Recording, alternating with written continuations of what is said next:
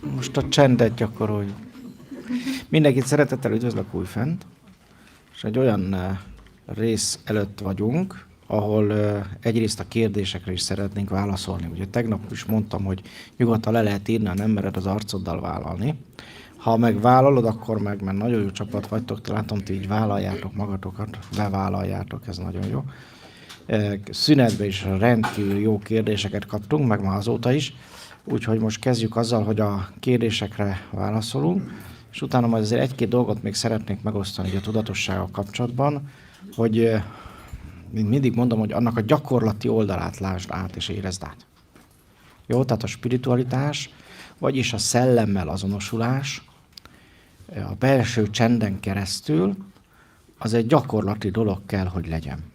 Tehát ezt nem tudom minden nap, vagyis reakciók, viszonyulások, címkézés, ítélkezés, harc és küzdelmek nélkül élni az életet, akkor nem sikerült ez az egész tudatosság kérdés. A tudatosság kérdés akkor sikerül, ha elhagyod az egónak a dolgait, amit ugye tegnap így külön le is diktáltam, hogy mi az, ami az egó, és mi az, amit a szellem él meg. Ez sokkal, de sokkal gyakorlatibb kéne, hogy legyen, mint ahogy ez sokszor ilyen ezoterikus körökben, szakrális, meg ceremoniális módon gondolják. Az, hogy a belső csendben éljél, ez nem egy szakrális tett, és nem is egy ceremoniális kérdés. Az, hogy a belső csendedben élsz, az egy mindennapi egyszerű dolog, és természetes dolog, mert ez a természet működésed. De mivel a gyerekkorod óta nem ezt tanultad, és nem úgy tanították meg használni a testedet, a lelkedet és az elmédet, hogy az természetes lenne, ezért nagyon fontos, hogy azokat a gyakorlatokat, amiket csináltunk az ebéd előtt, azokat a gyakorlatokat kezd el magadnak egyedül, nap mint nap az életedbe bevinni. Abban az esetben legalább csak annyit teszel, hogy reggel, meg este egy picit lecsendesíted az elmédet, hogy mondtuk, ugye, hogy ellazítod az állkapcsot, szemizmodat légzésre figyelve, aztán szépen finomítasz a légzéseden, és belemész, és belehelyezed magad élvezettel, beleengeded magad abba a kis nyugalomba és csendbe, az már önmagában elég arra, hogy az életed megváltozzon. Ha ezt rendszeresen gyakorolod, néhány hét alatt, 10 nap alatt legkésőbb észre fogod venni, hogy minden olyan nyugodt, minden úgy elindul, az elakadások is elkezdenek feloldódni, úgy minden a helyére kerül, bejön az életedbe a szinkronicitás, tehát amikor jókor vagy jó helyen, és minden összeáll, annélkül, hogy harcolni vagy küzdeni kelljen érte. Észre fogod venni, hogy rendszeres gyakorlással, tehát naponta ezt eljátszod, naponta beleengeded magad a csendbe, és élvezed azt, tehát azért mondom, hogy igazából ez nem is annyira gyakorlat, mert sokan nem szeretik ezt a szót, habár a gyakorlat ugye azt jelenti, hogy gyakran csináljuk, nem ritkán, de tegyük félre a gyakorlatot, mert az iskolában már elneveltegetnek a szónak a szeretetétől. Mondjuk úgy, hogy ezt a játékot nap mint nap csinálod, éled, egy csomó dolog megváltozik az életedben, és nem csak az a külvilágban, hanem a belvilágodban is. Elkezdesz egyre jobban érzékelni. Egyre jobbak lesznek a megérzéseid, a prekognitóid, tehát hogy előre érzel dolgokat, előre tudsz dolgokat, hogy mik fognak következni.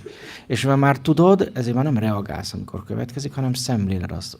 Sőt, akár mondhatnám, hogy egyfajta ilyen pozitív jellegű elfogadással élsz át dolgokat, és azok így adra lesznek, és jól fognak működni. Jó? Hát nekem is, amikor volt műtétem, előre tudtam, hogy na, akkor most be kell menni, el kell menni, és ki kell szedetni a vakbelemet, amikor elkezdett rakoncátlanodni. Aztán mondtad, hogy ő nem műti meg, hát nincs nekem semmi bajom, se a röntgen, se az ultrahang, se a tapogatása, semmit nem találnak. Akkor behívta a főorvos, mert mondtam, hogy én is tudom, hogy miről beszélek. Jó, akkor bejött a főorvos, rám nézett, és azt mondta, jó van, csak azért, mert te mondod, megműtjük. Aztán kiderült, hogy életmentő műtét volt. De szóval hogy így jött, hogy, és tudtam, hogy mit kell, meg hogyan, és teljesen nyugodt voltam, és nem volt bennem semmi félelem. Nem tudom, hogy érted. Tehát úgymond a legrosszabb dolgokat is lehet úgy megélni tudatosan, hogy közben nem is rossz. Sőt, még rá kell beszélni az életmentő műtétre, adok itt. Mert én elég jól éreztem magam ahhoz képest, mint amilyen baj volt. Csak ugye tudtam, hogy mi van. Jó, tehát így működik az intuíció. És itt is volt egy hölgy a szünetben, aki elmesélte az ő sztoriát, hasonlót, csak még érdekesebb műtéttel, és nagyon szépen itt van, és egészséges. Értitek? Tehát ez a orvoslástól sem, meg a betegségtől sem kell félni. Jó, vannak dolgok, amiket rendbe kell rakni, jön a sebész, rendbe rakja és csókol. De nem arra kell készülni, hogy világvége van. Jó, és nem csak ilyen dolog, hanem minden más dologban. Tehát például tudod, hogy az édesanyád elkészül, akkor nem pánikolni fogsz, meg szenvedni, meg összeveszni még mindenkivel, hanem szépen elbúcsúzni tőle. Szeretettel kibeszélve a múltatokat, szeretettel megbocsátva, és elengedve mindent, amit el kell engedni neki. Értem? És nem fájdalom lesz, nem szenvedés a halál, hanem egy átalakulás, egy dimenzióváltás, amiben megéled a szeretetet. Talán jobban, mint bármi másban. Nagyon sok ember van, aki tudatosan fölkészül az eltávozásra, és ott előtte el is mondják, meg is élik, hogy itt most még nagyobb szeretetet éltem meg, mint valaha az életemben. Jó, tehát ezt így kéne megélni. Mindent. Mert valójában a szellem számára nincs jó vagy rossz. Nincs. Csak semleges szemlélődés van. És amit az ego megél, az ego hajlamos jónak vagy rossznak ítélni. De valójában azok csak az illúzió részei, tudjátok jól. És mindig hozzáállás kérdés, hogy valami rossz, vagy valami jó. Ne felejtsd el, csak is hozzáállás kérdése. És bármi rossz történt eddig is, amit az elméd eddig így gondolt, az része kellett, hogy legyen az életednek ahhoz, hogy fölébredhess. Ahhoz, hogy ide eljuss, ahol ma tartasz. Ezért fogadd el, és így módon bármikor tudsz változtatni a múltadon. Jól hallod? Bármikor tudsz másik múltat választani. Csak azzal, hogy elfogadod és átértékeled. Így oldod föl azt, amit meg kell bocsátani, így oldod föl azt, ami fájt, így oldod föl azt, amin szenvedtél eddig. Másik múltat választok. Tudatosan végig gondolom a belső csendembe, és átértékelem. Jó? De ugyanígy van a jövőd is. Bármikor választhatsz másik jövőt is. Egész egyszerűen úgy, hogy átértékeled a dolgaidat, a terveidet, a félelmeidet, a megszokásaidat, a rutinjaidat. Mindig választhatsz másik jövőt. Mindig választhatsz másik múltat. Értitek ezt, amit mondok? Tudnélik, a karmákat akár itt és most bármikor letehetitek. Bármikor. És amikor első csendbe, olyankor mindig leteszed a karmáidat. Csak arra kell odafigyelni, amikor visszajön az agyad, rá fél órával, akkor ne ver vissza ezeket a karmákat, mert minek? Minek vennéd vissza a régi tudatlan rutinokat? Értsd meg, hatalmad és jogod van változtatni, választani mindig másik múltat, másik jövőt, azzal, hogy itt a jelenben megéled a csendet. Hogy itt a jelenben kilépsz a karmák körforgásából, a tudatlanságból. Fölhívom a figyelmedet, hogy senki, ismétlem, senki sem tudja ezt helyetted megélni. Ez a rossz hír. Senki nem fogja megváltani az életedet. Senki nem tud helyetted máshogy működni. Senki nem tud helyetted lecsendesedni. Ha ez működne, akkor én jó sok pénzt kérnék, és nagyon gazdag lennék, és helyettetek csendben lennék. De nem működik. Nekem jó lenne. Meg lehet neked is, csak nem így működik. És ez így jó. Ez így jó. Mindenkinek csak az az élmény, csak az a tapasztalás lesz a sajátja, amit ő él meg. Nem az, amit könyvekből olvasol. Érted? Nem az, amit a YouTube-on megnézel. Nem az, amit az ismeretterjesztőkben megkuksolsz. Hanem az, amikor fogod magad, elutazol, megéled. Amikor ott vagy, jelen vagy, mint hogy most itt vagy, és itt jelenben ezt az erőt megtapasztaltad, amit csináltunk. Akik videón nézik majd meg, azok nem fogják ezt az erőt ugyanígy megtapasztalni. De te már voltál itt. Ha újra nézed a videón, te fogod újra érezni, mert te itt voltál. Ez nem ugyanaz, mint amikor megnézek valamit. Tehát a megélt tapasztalat, az, hogy itt voltál, az egész más, mint ha valaki távolról megnézi. Akár megnézheted 5-ször is, de mégsem ugyanaz. Tehát azért is tekintsétek ezt egy kiváltságosságnak, hogy itt lehettek ma, és ezt megértük együtt. Nagyon csodálatos volt, amit együtt megéltünk a mantrázáskor. Gyönyörű volt, kicsit el is sírtam magam, úgy meghatott, mert ez az erő mindig egy kicsit megrikad. Ez a szeretet mindig egy kicsit megrikad. És ez nem baj, te is meg fogod ezt tapasztalni. Amikor majd az erő tényleg úgy a tartós csend mellett beköltözik az életedbe, még a csontjaid is égni fognak, és rengeteget fogsz sírni, mert akármilyen furcsa az egóból, a szellem, amikor azt a szeretetet így átadja, és az ego tényleg ezt befogadja, ez bizony így oldja ki azt, amit ki kell oldani. De ez így van rendjén. Jó, ez nem arról szól, hogy elég férfias vagy sem, hanem arról, hogy megéled azt, aki vagy. Eleve itt ez a germán virtus, ez a germán magatartás, viselkedés, amit ráerőltettünk itt a történelem során erre a nemzetre, az eléggé tönkre is tette. A magyar férfi is tud sírni, meg nevetni is. Mint hogy a magyar nő is tud sírni, meg nevetni is. És a magyar nő is erős, meg a magyar férfi is erős. Nincs ilyen, hogy egyik erősebb vagy gyengébb. Jó, meg kell tanulni egy magyar férfinek tisztelni és egyenrangúként kezelni a nőt, a nőnek meg ugyanígy a férfit.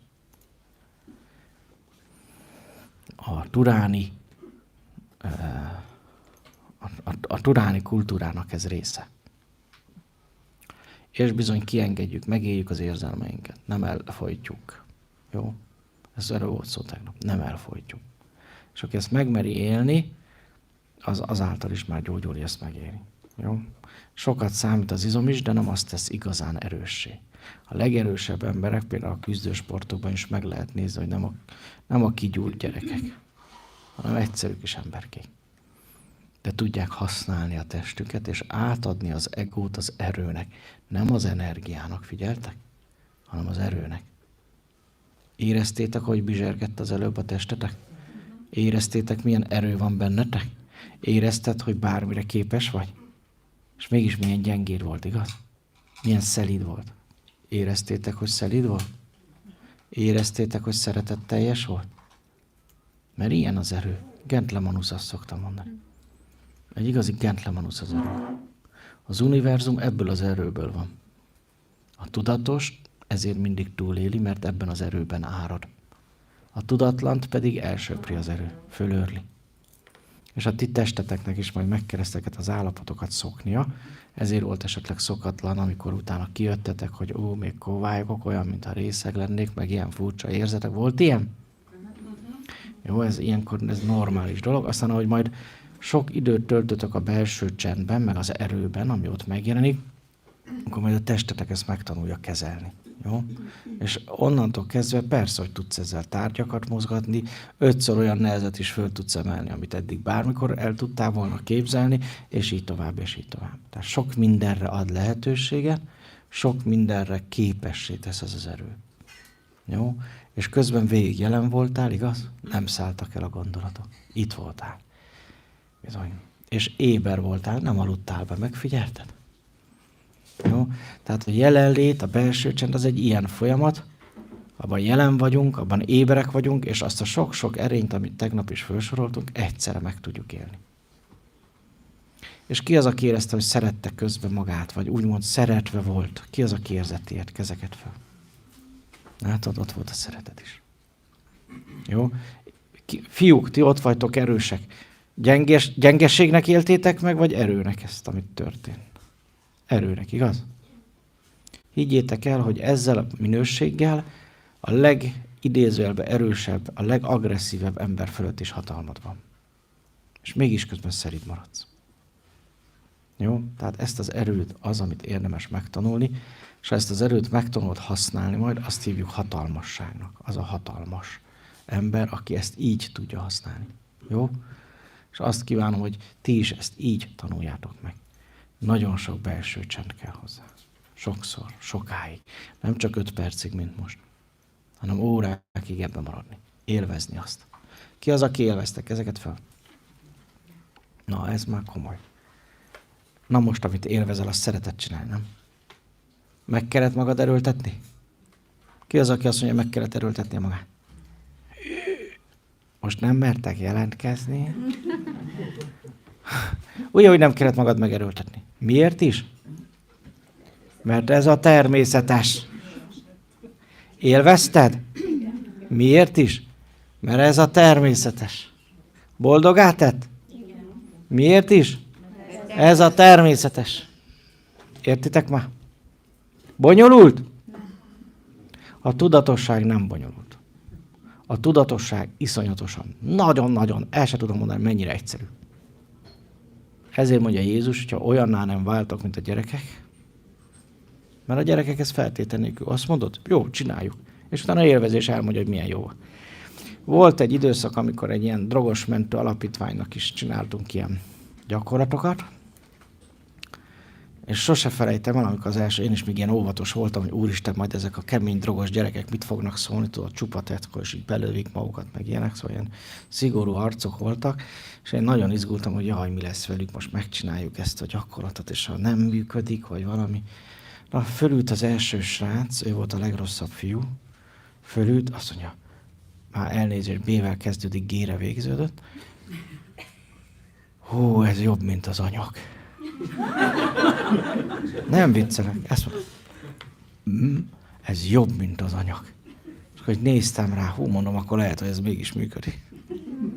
Azóta ott használják is keményen ezeknél az alapítványoknál. És jobb, mint az anyag. A lényeg az, hogy nem elmenekülök a világ elől. Figyeled? Nem kivonulok a világból. Itt maradok. Jelen vagyok. Mindenféle anyag nélkül. És úgy vagyok jelen, és úgy élem a csendet, és úgy élvezem ezt az állapotot, hogy közben mindent, ami a napi feladatom, el tudok végezni. És közben élvezem. Na ez lenne az élet. Ez az élet nevű feladat. És nem bonyolult, igaz? Még egy dolgot segítek. Nem is logikus. Logikusnak tűnik az egész, amit megéltél? Az eddigi mintáid szerint logikus volt? Annak tűnik. De nem az volt. Nem. Hidd el, az élet az nem logikus. Jó? Az élet az egyszerű. Az élet az élvezetes. Érted?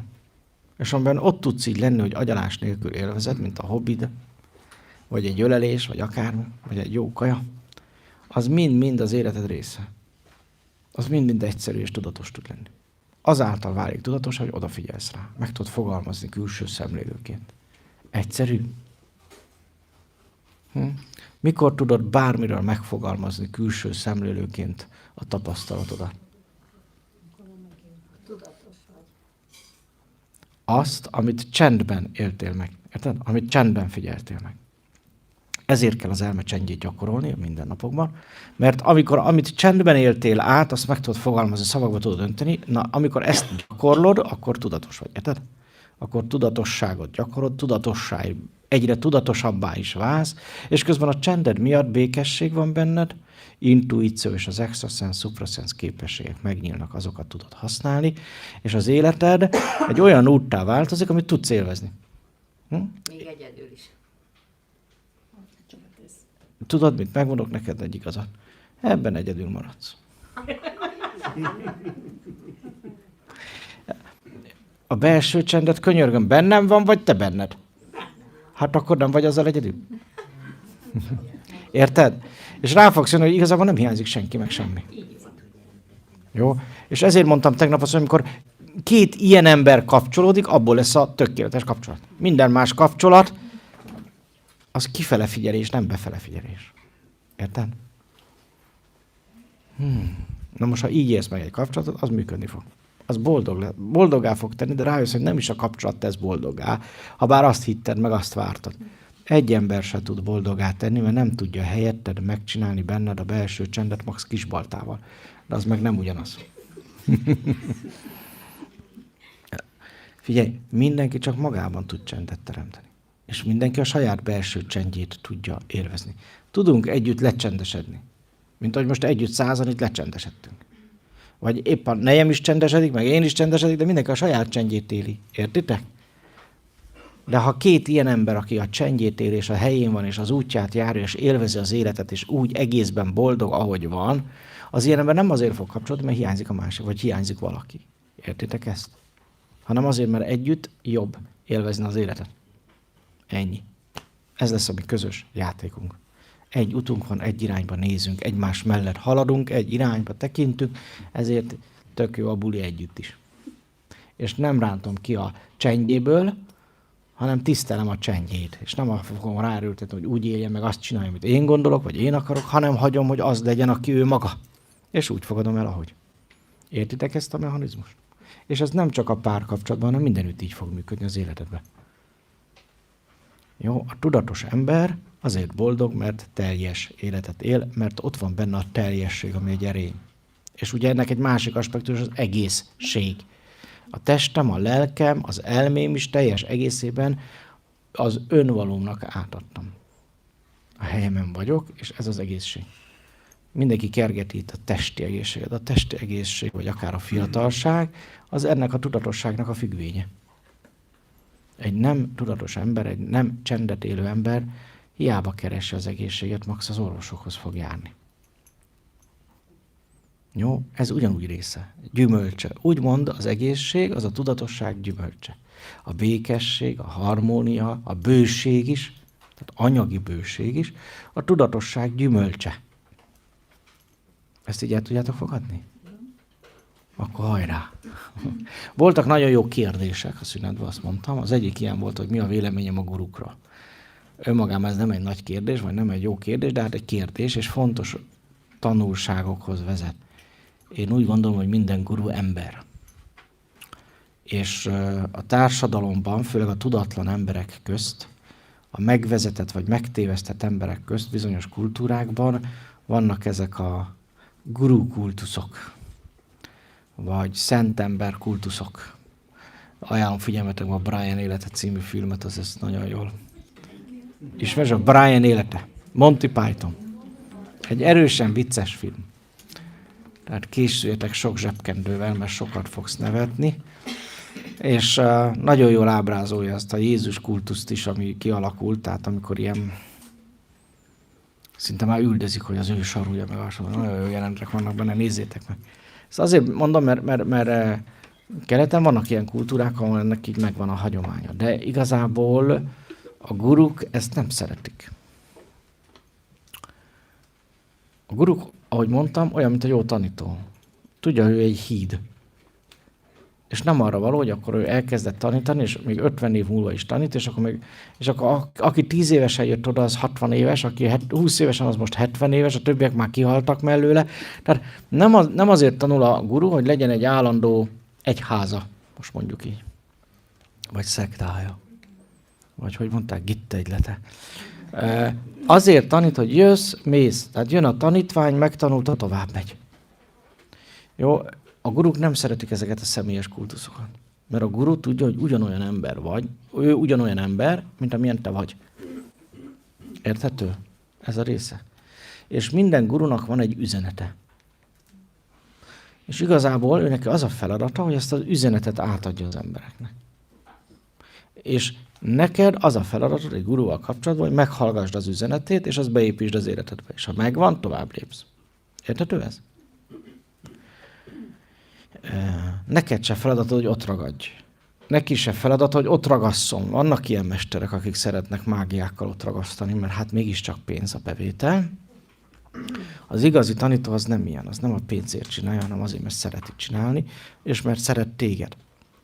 Neked pedig, mint jó tanítvány, az lenne a feladatod, hogy elmész egy tanítóhoz, egy guruhoz, levonod a tanulságot, megköszönöd, hálás vagy neki, és továbbmész, és nem az egója szerint ítélkezel felette.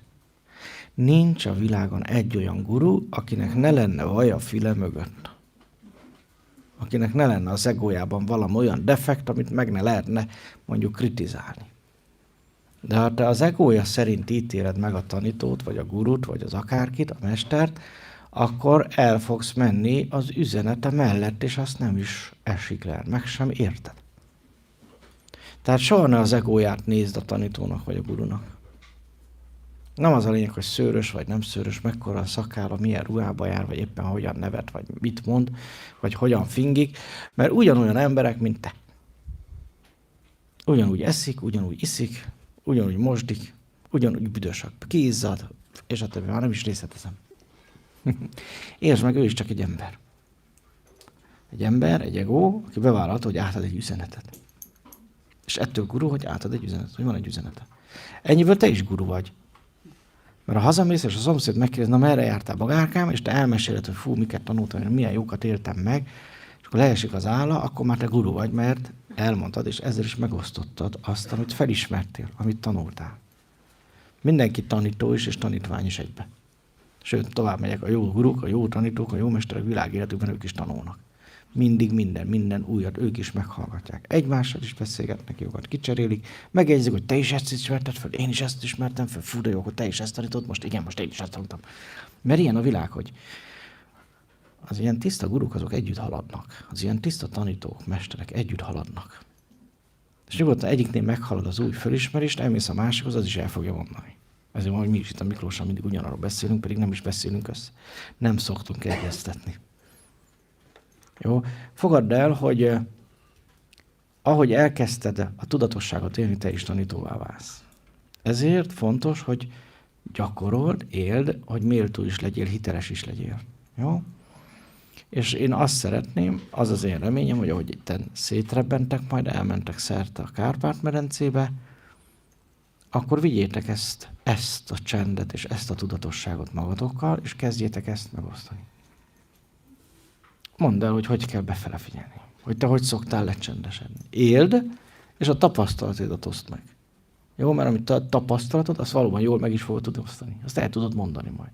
Főleg, ha éled azt, hogy tudatosan meg is fogalmazod. Ha csendet éled, akkor tudatossá válsz, és aki tudatos, az akaratlanul is megosztja a tudatosságot. Nem lehet ezt megúszni. És ez így van rendjén. Ez olyan, mint egy Covid. Fertőz. Covid-tól se félni kell amúgy. Kapd el nyugodtan. Évente 3-szor, 4-szer, akkor se lesz semmi bajod. A junáni orvosok meg a ajurvédások szokták mondani, hogy hát évente 4-szer el kéne valami influenzát kapni, mert egyébként nem lesz gyakorlatban az immunrendszer. Nyugodtan. Szóval nem félni kell a dolgoktól. Hanem tudni, hogy neked csak az fog ártani, amitől félsz. Amitől nem félsz, az nem fog ártani. Ilyen egyszerű. Megijedted a mérget, az se fog ártani, hogyha már tudatos vagy arról, hogy semmi nem ártat neked. Ha tudatos az, hogy mi a dolgod. Nem csak a Villás Bélait mondja valaki. Magyarországon több embert is beavattak, azt szerint a beavatás szerint több embert is ismerek, én is megéltem Afrikában, hogy megkaptam ugyanezt a beavatást, hogy meg kellett inni a mérget. Ez az első beavatás. Az utolsó meg, amikor jól beszögelnek a koporsóba, és 3 napig kibírod. Érted? Ezek normális dolgok. Jó? Tehát nem kell ezektől félni. A pálosokat a mai napig így avatják be. És ha tudnod, hanem azért azt elmondom, hogy vannak ma is pálosok. Csak nem szokták a YouTube-on vállalni az arcukat. De vannak. Jó? Működik ugyanúgy a rend, mint eddig működött, és ez egy nagyon ősi, egyébként 50 000 éves rend. Sőt, ha valaki hallott a mitrász kultúráról, például az is ugyanezt a beavatási rendet alkalmazta. Transzban ugye ezeket mind tudatosan meg lehet élni, nem véletlenül üldözte őket szét a katolikus egyház. Jó? Tehát röviden a tudatosság itt van bennetek, mert ez a természetes. És most semmi újat nem tanítottam nektek. Észrevettétek? Valahol már csak hallottad. Elemeit legalább. Viszont összeraktuk egy rendszerbe? Össze. Így már logikus? Nem logikus. Mondod már végig, hogy nem logikus. Rá fogsz jönni, hogy nem a logikát kell keresni az életben. Mert az az elmének a rögzülése, és amíg a logikát keresed az életbe, akármilyen furcsa, az az egóban tart. Amíg újabb és újabb könyvek, és újabb guruk kellenek a belső csend gyakorlata helyett, addig az egóban ragadtál. Érted? De amikor elkezdesz és rákapsz majd a belső csendre és abban eltöltött időreben, rájössz, hogy milyen jól és milyen lazán jönnek a képek, az intuíciók, az érzékelés, akkor már túllépted az egónak. És így válsz saját magad mesterévé. Értitek így? Összeállt? Most mi van a táblám? Üres. Abban az ürességben mi van? És bármi, amit akarsz. Minden. Ebben a csendben is ott van minden. Amikor az elméd kiürül a gondolatokból, akkor ott van benne a mindenség. És hozzáférsz a kollektív tudathoz. Jó? Úgyhogy fényképezd le az üres táblát is majd, mert most már érteni fogod, hogy mit jelent. Hogy mi van ráírva.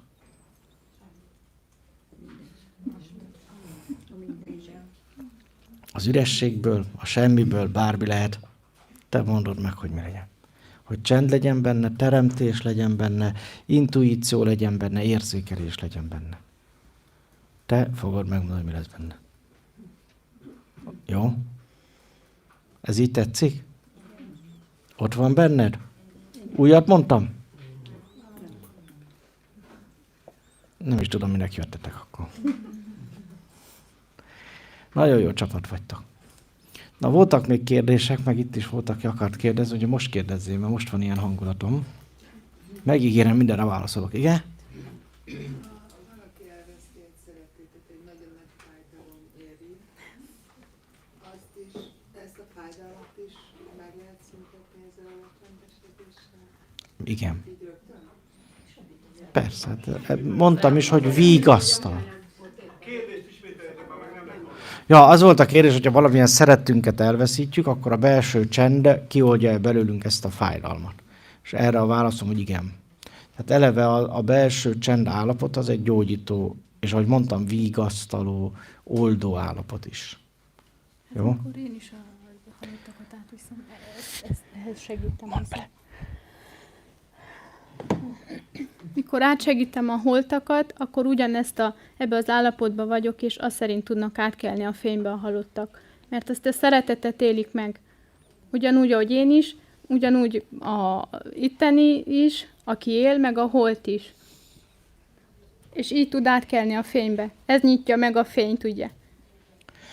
Tehát nem csak, hogy a halottnak segítesz ilyenkor, hogy így fogalmazzak, tehát az eltávozottnak, hanem a te belső csended és megnyugvásod által ő is el tud engedni. Mert ő azért maradt itt, hogy te elengedd őt. Azt várja. Tudod? És amikor ebben a csendben vagy, és akár el is hozod az emlékét, akkor el tudod engedni. El tudod mondani, hogy na most el tudom engedni, mert ebben a csendben el fogod tudni. Jó, itt mondja a Hajnó, hogy szeretettel hozzá segített, hogy távozzon, és akkor ezzel te is el tudod engedni. Jó, amikor ő így a halott látással foglalkozik a Hajni, akkor annak a közvetítésnek mindig része, hogy ezt így is megélni. Tehát, hogy így együtt elengedni, átsegíteni a fénybe. Hogy ne maradjon kötés vagy kötődés, mert hogy az eltávozottnak is az a jó, ha minél előbb folytatni tudja az ő ciklusát. Jó? Tehát ezért tartom a Hajnit ilyen felelős halott látónak, mert nem csak egy sót csinál belőle, hanem végigélik azt a szép folyamatot, amikor átengedik együtt a fénybe. Igen? Nekem erős szívdobogásom lenne, nem tudom, hogy az allergiám múlik most el, vagy pedig magas frekvencia. Ne felejtsd el, hogy elmúlik. Az, hogy magas a frekvencia, nem magas, ugyanaz a frekvencián élsz. Értsd meg, ha magas lenne, akkor el is füstöltél volna közben. Annyi, nem, fizika, gyerekek, értsük meg, hogy mit jelent a frekvencia, jó? Ha megnő a frekvencia, akkor meggyullad az a valami, jó? Először csak fölmelegszik, felfor az agyvized, aztán el is párolog a füleiden keresztül. Érted? Most viccesen fogalmazom meg. Ez nagyon sokszor rosszul mondják az ezotérikus körökbe, és persze, hogy a tudományosok meg kiröhögik őket, érted? És pont ezzel kapukat zárnak be, amikor nem jól, nem megfelelően fogalmaznak. Az energiaszintedhez hozzá tudsz férni. Az se nő. Az embernek mindig megvan egy adott energiaszint, amivel leszületik. Viszont a sok blokk, a félelmek és az agyalás lehetetlenné teszi, hogy a meglévő energiaszintethez hozzáférj. Érted? Viszont most egyrészt a figyelmedet nem fogod elszórni a külvilágra, mert benn maradsz, befele figyelsz, azt a figyelem energiát, amit eddig a külvilágra tettél, megtartod benned, magadban, és elkezdesz hozzáférni, és kioldod a blokkokat, ami miatt nem fértél a saját energiáidhoz hozzá. Nem tudom, hogy értitek-e? Tehát az az ember például, aki egészséges, nincsenek lelki, mentális blokkjai, félelmei, szorongásai, az folyamatosan hozzáfér ahhoz az energiaszinthez, amivel leszületett. És ezért például fiatalos, nem öregszik, egészséges, és így tovább. Nyitott mentálisan, lelkileg is. Akinek viszont sok a blokk, sok a trauma, sok a félelem, sok a negatív gondolat, vagy éppen séma, az nem fér hozzához az energiaszinthez, amit hozott. Értitek ezt így? És a szívdobogás az azt jelzi, hogy elkezdesz hozzáférni, és az energiaáramlások beindulnak. Fölszabadulások történnek, és a szervezeted először ehhez hozzá kell, hogy szokjon. És a szíved az megszokta, hogy nagyon sok a blokk, és igen, ki kell fejteni még a keringés fenntartásához is egy plusz energiát. És addig fog dobogni, amíg ez a kiegyenlítődés nem történik meg. Ez az utolsó, ami majd kiegyenlítődik. Ezt így érted? Ez egy energetikai jelenség. Nagyon szépen köszönöm. Várjál, ott mögötte volt a következő. Egész ehhez, hogyha megengedett lenne kérdésem, hogy a frekvencia táblázatot tudod a Hubbard alkotta, és ugye nagyon sokkal... Nem, csinált frekvencia táblázatot, Igen, tényleg? hangulatskálája. Az más, most hangulatskála vagy frekvencia, az nem frekvencia táblázat. Ne keverjük a szavakat, kérlek titeket, ne keverjük a szavakat. Frekvencia értékek vannak benne. Igen, de azok tartományok. Tartományok. És azzal, amikor átlépsz egyik hangulatba, vagy egyik tónuskálának hívják egyébként, tehát lelki tónuskálának, mikor föllépsz egyikről a másikról, akkor egy más frekvencia tartományba lépsz át. Érted? A figyelmedet egy más tónusba helyezed. Érted? Más tónusba tudod megtartani. De a rezgésed ugyanúgy megmaradnak ugyanazok a frekvencia tartományok is, tehát ugyanúgy most is apátiában is lenni, vagy örömben is. Érted? Te határozod meg, a tudatos ember maga határozza meg, hogy akkor most melyik frekvencia tartományt fogom ma megélni. Ma jó napom lesz, vagy éppen más napom lesz. Érted? És reggel, amikor fölkezd, határozd már meg, hogy mit akarsz. Mondd el, hogy ma nagyon jó napom lesz. Sőt, egyre jobb napom, minden napom jobb lesz, úgyhogy ma jobb lesz, mint tegnap volt. Tessék teremteni az életedet olyan módon is, hogy a gondolataiddal is játszol. Tehát, hogy a gondolataidat te szabod meg. Hát a tudatos ember nem hagyja, hogy csak úgy csapongjon az elmém. Mert az elmémben vagy csönd van, vagy az, amit én akarok, hogy legyen benne. Érted? És merd megfogalmazni az értékeidet például. Hazamész, tedd meg nekem azt a szívességet, hogy HF, házi feladatot adok, hogy fogsz egy lapot, és leírod benne az erősségeidet. Tehát fogsz egy lapot, A4-es legalább, de lehet A3-as, vagy A5-ös, vagy nem tudom mi az, ami nagyobb annál. A1-es, vagy melyik irányban nagyobb. Az bonyolult. Szóval egy jó nagy lapot, és írd tele az erősségeiddel. Szállj rá néhány hónapot, hogy összeírod őket. És külön erre rendszeresen időt szakítasz, hogy lecsendesedsz, na mik az én erősségeim. Nehogy azt hitt, hogy elég lesz az A4-es. Vagy az A2-es. A3-as. Mit tudom én? Hetet, vagy ahogy jönnek el. Hát kinek mennyi ideje van? Ha mondjuk napi 24 órára van, akkor hamarabb is végezhetsz velem. Jó, tehát kezd el összeírni, hogy mik az erősséged. Mik lehetnek az erősségeid? Például, hogy tudsz türelmes lenni, tudsz figyelni, tudsz törődni másokkal. Érted? Is. Amit úgy magadénak érzel. De lehet képességek, hogy jó, hosszú a kezem. Mindenhova elér. Fölérem a kapcsolót. Nagyon jól tudok főzni. Jól ráérzek az emberekre. Akár most nem akarom itt neked elmondani, majd te összeírod. Jó? Tehát, és ezekért kezdj el hálás lenni. Kezd el megköszönni az szellemednek, hogy ilyennek teremtett meg. Mit tudom, nagy az orrom, mindenbe bele tudom ütni. Jó? Tehát, hogy, és kezdj el hálás lenni ezekért. Vedd már észre, hogy mennyi érték van benned. Jó? Nyugodtan azt is, hogyha nincs... Ki az, akinek nincs kapcsolat, és szeretne bevonzani? Nincs párkapcsolata, és netán szeretne egyet bevonzani. Nem meri bevállalni, mert még azért férné van. Ajajaj. Ilyenkor, vagy bármi, amit be akarsz mondani, te például párkapcsolatba akarsz, akkor először írd föl azt, hogy mi az, amit te egy párkapcsolatba bele tudnál adni. Tehát mi? Piszok nehéz? Hát de itt kezdődik, hát pizza rendelés. Akkor neked egy pizzafutár lesz a páron. Csak figyelj, hogy nehogy ne pizzát rendelj, mert akkor összezavarodik a rendszer. Azt tedd meg, hogy írd le egy oldalra, hogy mik a te erősséged, amit egy kapcsolatban oda tudsz adni. Hogy tudsz törődni, tudsz főzni, tudsz simogatni, tudsz ütni, verni, meg akármi, vagy mit tudom, ugye mazochizmus, jut eszembe itt. De bármi, amit úgy gondolod, hogy te egy kapcsolatba bele tudsz tenni. És az oldal túloldalán, tehát a lap másik oldalán meg írd össze, hogy mi az, amit elvárnál, vagy várnál, vagy amit szeretnél megkapni egy kapcsolaton belül. Hogy téged is simogassanak, üssenek, verjenek, vagy épp ahogy szereted. De nagyon részletesen, piszok részletesen mindent. Jó? Őszintén. Ez nagyon fontos, hogy őszintén legyen. Tehát eddig, ami tabu volt, és ki sem mertem mondani, pedig hú, de vágyok rá, na az is legyen beleírva. Úgy, nyersen. Naturistán.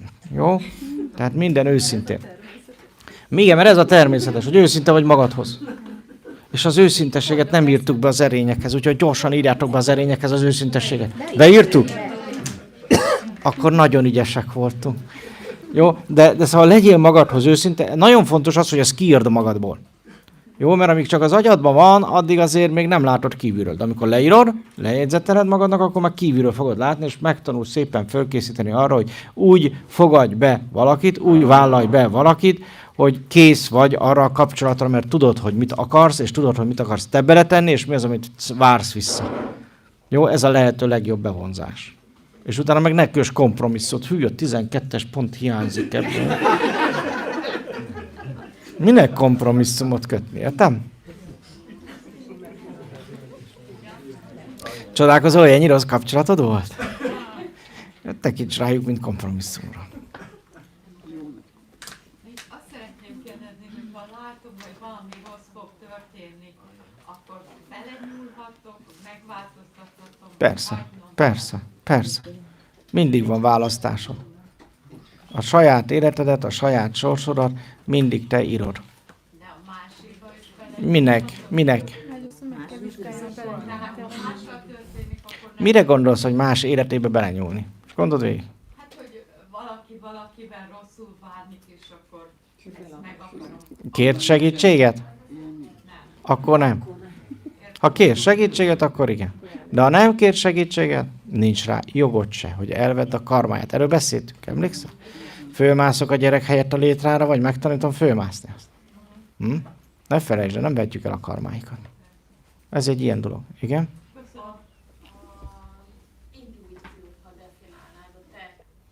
Megérzés magyarul. Az azt jelenti, hogy a fizikai testemben is, hát nagyon nagy. Figyelj, a félelem, figyelj, aranyszívem, a félelem az mindig feszültséggel, idegességgel jár, az mindig poláris. Az intuíció meg nem poláris. A megérzés az csak úgy jön, van, érted? És szemlélődésben születik. Azért mondom, hogy a belső csendben. Jó? A félelem is lehet egyfajta megérzés abból a szempontból, hogy sokszor előre érezzük a jót, a rosszat, és félünk tőle. Oké? De azt is azért kapjuk, hogy föl tudjunk készülni, vagy dönthessünk máshogy. Tehát ma elindulsz és érzed, hogy ez rossz vége lesz, akkor nem mész oda.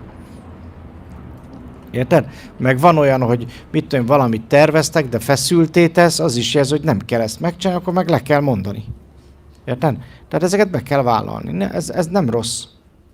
Nem rossz vagy jó kérdése. Jó? Azért kérdeztem, mert ugye a nők azok intuitívabbak általában. Ja. Mondják. Tudják, igen. És erősödik, hogy te is tanítod. És akkor volt rá többször példa, hogy én ugye megéreztem a dolgokat, és a kérem azt mondom, hogy persze, ezt te programoztad, ha bekövetkezett. Igen, sokszor van, hogy az intuícióra vagy a sugallatokra az elme élből reagál. És elveti. Ez hülyesség, ez persze, ezt te teremtetted magad, ez csak képzelés, és a többi, és a többi. Oda kell figyelni, újra le kell csendesedni, a csendedben az elméd lecsendesedik, tehát nem fog beleszólni, és akkor, amit érzel, az tiszta lesz. És fogod érezni a testedben is. Hát most gondolj valami rosszra, és érzed, hogy a tested hol jelez, igaz? Az is intuíció, a testedben konkrétan jelez. Vagy gondolsz valami szépre, és megint érzed, hogy más érzet keletkezik a testedbe. Csináltál már ilyet? Figyelj erre oda. Mert az intuíciós így jelez. Van, hogy csak a testedbe jelez. Van, hogy sugallatokba jelez. Van, hogy érzelmileg is jelez, és megjelennek ezek a félelmek, vagy szorongások. Érted? Tehát ezekre oda kell figyelni, ez teljesen természetes. De ugyanígy érdemes odafigyelni például a véletlenekre. Tehát véletlen nem úgy alakul, véletlen találkozások, és a többi, vagy véletlen eszedbe jut, és találkoztok. Ezekre is ugyanúgy oda kell figyelni, mert az a véletlenek is eszköz a szellem kezébe, hogy irányt mutasson. Jó? Ugyanígy a sugallat is, hogy beugrott valami, nem is gondoltam rá, de beugrott, és meg kell vizsgálni, hogy miért ugrik be, főleg ha többször. Jó? Tehát ezek is a sugallatokra is érdemes odafigyelni. De ezek igazából semleges érzékelés, ilyenkor nem jó vagy rossz kérdés, nem reakció. Jó? Ezért figyelni, igen? Olyan kérdésem lenne, hogy tanácsot kértek, hogy olyan segítség színe, hogy egy káros kapcsolatot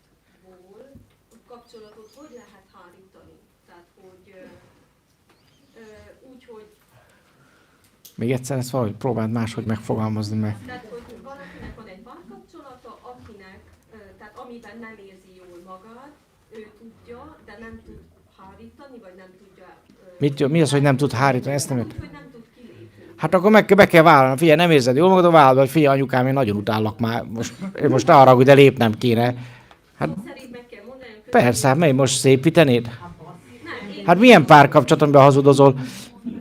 én is hasonlót mondtam, tehát Tehát be kell vállalni, nincs most sem be kell vállalni. Be kell vállalni, aztán valami közös nevezővel szépen elválni. Vagy elbúcsúzni, ha épp olyan. Jó? Meg kell beszélgetni. Illetve rendbe is lehet rakni sokszor a párkapcsolatot. Nem az az első, hogy na, akkor elválunk. Tehát nem azért mondtam ezeket, hogy most hazamentek, azt mindenki beadja a vállót. Tehát adunk ügyvédet jutalékért. Mi? Nem erről szól. Tehát meg lehet mindent beszélni. Ha egyszer tudtál bele szerelmes lenni és szeretni, akkor tudod majd legközelebb is. Csak az a kérdés, hogy miért távolodtatok el? Mi az, amit elrezegtettek? Vagy hol tűntek el a közös érdekek, közös célok, tudod? És ha ezeket meg tudjátok beszélni, és van még közös, akkor azt újra föl lehet tüzelni, lángra lehet lobbantani újra. Tehát a szerelmen eleve dolgozni kell, hogy újra meg újra, és folyamatosan szépen lángoljon, arra a tűzre vigyázni kell. És ez egy munka. Tehát a kapcsolat egy munka. Ha pedig nincs közös érdek, nincs miért fenntartani, akkor meg el kell engedni. Ha már rájöttök, hogy annyira más irányba haladunk, hogy épp ellenkezőleg, akkor el kell engedni. Az a szép, az a tisztességes olyankor. És azt is szeretetben csinál. Aki szeret, az el tud engedni. Aki nem szeret, az nem tud elengedni. Az birtokolni és irányítani. Ellenőrizni, féltékenykedni. A féltékenység eleve megöli a kapcsolatot. De aki szeret, az tényleg el tud engedni, ha úgy érzed, hogy menned kell. Vagy ha ő menni akar, akkor te el tud engedni, ha szereted. Ha nem szereted, akkor meg szenvedni fogsz. Jó, vagy szeretet, vagy szenvedés. Ők az ellentétek. Jó, inkább elengedni sem, mint szenvedni, az még a gyerekeknek is jobb egyébként. de tanácsokkal lehet akkor így segíteni. Hát ha kérdeznek aranyszívem, vagy kérik, akkor igen. Ha nem kérik, meg nem köröznek. Ez egy alapszabály. Ha kérik, segítesz, ha nem kérik, nem segítesz. Kész. Aki tudatlan, az meg halljon meg, mondta mindig Volt egy gyógyító mesterem, gyógyítást tanultam tőle. Királyi udvarokba jártunk. És akkor ő mondta, hogy nála, halljon meg. De aki kéri, azt megmentjük. Ilyen egyszerű. Érted? Tehát ha valaki kéri, annak tud segíteni. Ha nem kéri, az még nem tartott, hogy elfogadja a segítséget, és változzon. Jó? De nem lehet úgy valakit meggyógyítani, hogy nem cseréled le azt a gondolkodás módját, amivel a betegséget létrehozta. Jó? Ezt is tudni kell. Én azt szeretném kérdezni, hogy itt a mantra közben Szeretnéd, vagy meg is kérdezed? kérdezem, igen, Jó. akarom kérdezni, Nagyszerű. hogy Azt mondta, hogy azt szeretnék kérdezni, és mondtam, hogy szeretné, vagy meg is kérdezi. Igen. hogy időnként eltűnt a testem. Nagyon jó. Nem éreztem. Tökéletes. Csak Jól csináltad, ez azt jelenti. Azt hiszem, hogy valamit elrontott. Nem, tökéletesen csinál. Élvezetes volt? Igen. Na, hát akkor jól csináltad, ennyi. Azt meséli, hogy a mantra közben többször is úgy éreztem, mintha nem is lenne teste, hogy ezt most jól csinálta vagy nem. És mondtam, hogy megkérdeztem, hogy élvezte-e, azt mondta, hogy igen, hát akkor jól csinálta. Valóban, amikor a belső csendet éljük, és el vagyunk lazulva, és itt ez fontos, ha a tested jól kilazul, akkor akármilyen hihetetlen is, de a test érzet megszűnik. Jó, ez az az állapot, amire mondtam, hogy a nagy agy kikapcsol. Jó? Amikor a nagy agy kikapcsol, ami az 5 érzékszervet üzemben tartja, érted? Akkor azt érzed, hogy nincs tested. Jó? Ez a belső csend állapotnak egy jellemzője. Ezért van, hogy laza tudsz lenni egész nap. Jó? És így tudsz egészséges lenni, és közben ebben az állapotban gyógyulsz. Ilyenkor tökéletesen ellazulva az izületek, például az izületek is tudnak regenerálódni. Vagy éppen az izmok, kötőszövetek, és így tovább a belső szervek is. Úgyhogy ez egy nagyon jó dolog, hogy ezt így meg tudtad élni. Ez a cél. Jó? Ha ezt így egy órán belül mondjuk így, tehát egy órán át meg tudod tartani ezt az állapotot, teljesen mindegy, hogy milyen betegséggel mentél bele abba az órába, egészségesen fogsz visszajönni. Jó? Ez egy ilyen csodája ennek az állapotnak. Jó? Tehát amikor így lebegsz, teljesen föloldódva, a sötét semmibe, magad is semmivé válva, és ez eltelik egy legalább 3 óra, visszatérve rá fogsz jönni, hogy hoppá, minden, bármilyen betegséged is volt az elmúlt. sötét az agyam alatt. Nem baj. Mert mantráztunk közben. Ha nem mantrázol, ha is csendben vagy, akkor teljesen feloldódik még a fényérzet is. Elmúlnak a képek is. Most, amíg mantrázunk, a mantrázás közben vannak fényérzetek, ez természetes. Jó? Köszönöm. Hát ne nekem köszönt. Te csináltad, te mantráztál. Nekem volt ilyen, hogy ugye tehát mondjuk legalább másfél órán keresztül voltam ebben az állapotban, amire nem emlékeztem, és hogy nekem volt a fülemmel probléma, tehát főzúgás, de az nem gyógyult meg. Vagy hát nem tudom, tehát hogy nem történt vele semmi. Viszont morzézik, amikor csatlakozom. Hát lehet, hogy akkor valamilyen módon így. Vannak, akik így érzékelnek. Így jelez az intuíció. Tehát, hát olyan füle ilyen furcsán morzézik, vagy zúg. Tehát vannak többen is, akik így érzékelnek. Amikor jön az erő, elkezd zúgni a füle például, meg ilyenek. Tehát vannak, az vérnyomás, illetve az ereknek a problémájára utalnak. Jó, akkor meg ennyi, nem kell tőle félni. És ha véletlenül belealudnék, mondjuk 3 óráig sikerül mondani, és fölébredek reggel, hogy tökéleteset alszol legalább. Ugye ezt mondtam, hogy úgy kéne elaludni minden éjjel, hogy viszed magad ebbe a csendbe, és belealszol, kész. Jó, ez így kéne elaludni minden éjjel. Jó? Minden este. Jó? Kérdés?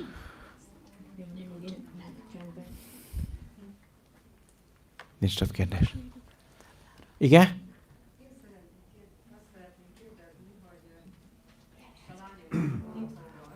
Egy kicsit hangosabban kérdez, Léci.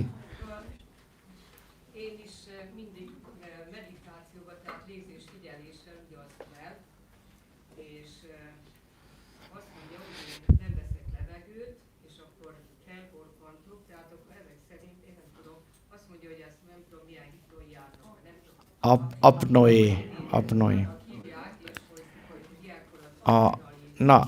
Várj egy picit. Az alvási apnoé az egy betegség, az egy probléma. Az azt jelenti, hogy a garat összezár, és nem tud a levegő rendesen beáramlani a tüdőbe. És ilyenkor, amikor már nagyon nem kap levegőt, akkor elkezd harcolni a levegőért ugye a szervezeted, és ilyenkor ilyen fölhorkanás van. Ilyenkor már alszol olyankor. Lehet, hogy te nem tudod, hogy hol vagy, de valójában már alszol.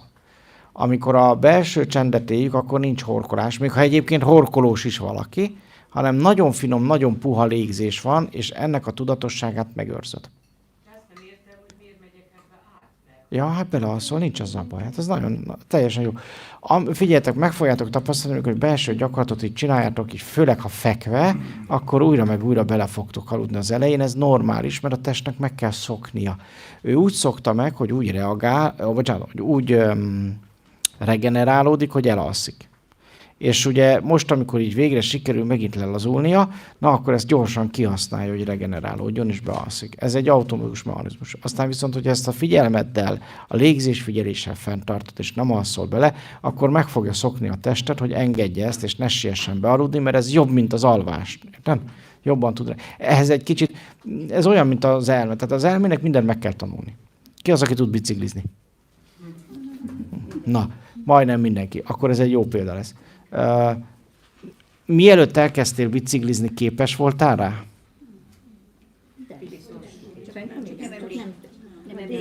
Hú, most összevesznek. Kész. Figyelj, amíg nem tudsz biciklizni, képes vagy a biciklizésre? Képességed?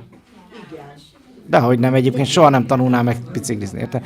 Próbáld meg a kígyót biciklizni tanítani, érted? Érted? Ő nem képes rá, érted már így? De te képes vagy biciklizni? De addig nem fogsz biciklizni, amíg elő nem veszed, és a képességedet ebbe egy picit nem fejleszted. Így van? És minél többet bicikliznél, annál jobban menne, igaz? Így van a képességekkel is, érted? Ez is egy ilyen dolog, hogy most mennyire tudsz lecsendesedni. Jó? Úszni tudsz? Ki az, aki tud úszni? Na, azért nem mindenki. Akkor szerinted, aki nem tud úszni, az nem képes úszni, igaz? Dehogy nem képes. Így van. Csak nem tanulta meg. Értem? Tehát minden dologgal így van. Amikor azt mondjuk, hogy belső csend is egy természetes dolog, mint ahogy kerékpározol, vagy úszni tudsz, az is egy egyszerű természetes dolog, mindenféle misztikamentes, igaz? Már ezek ugyanilyenek.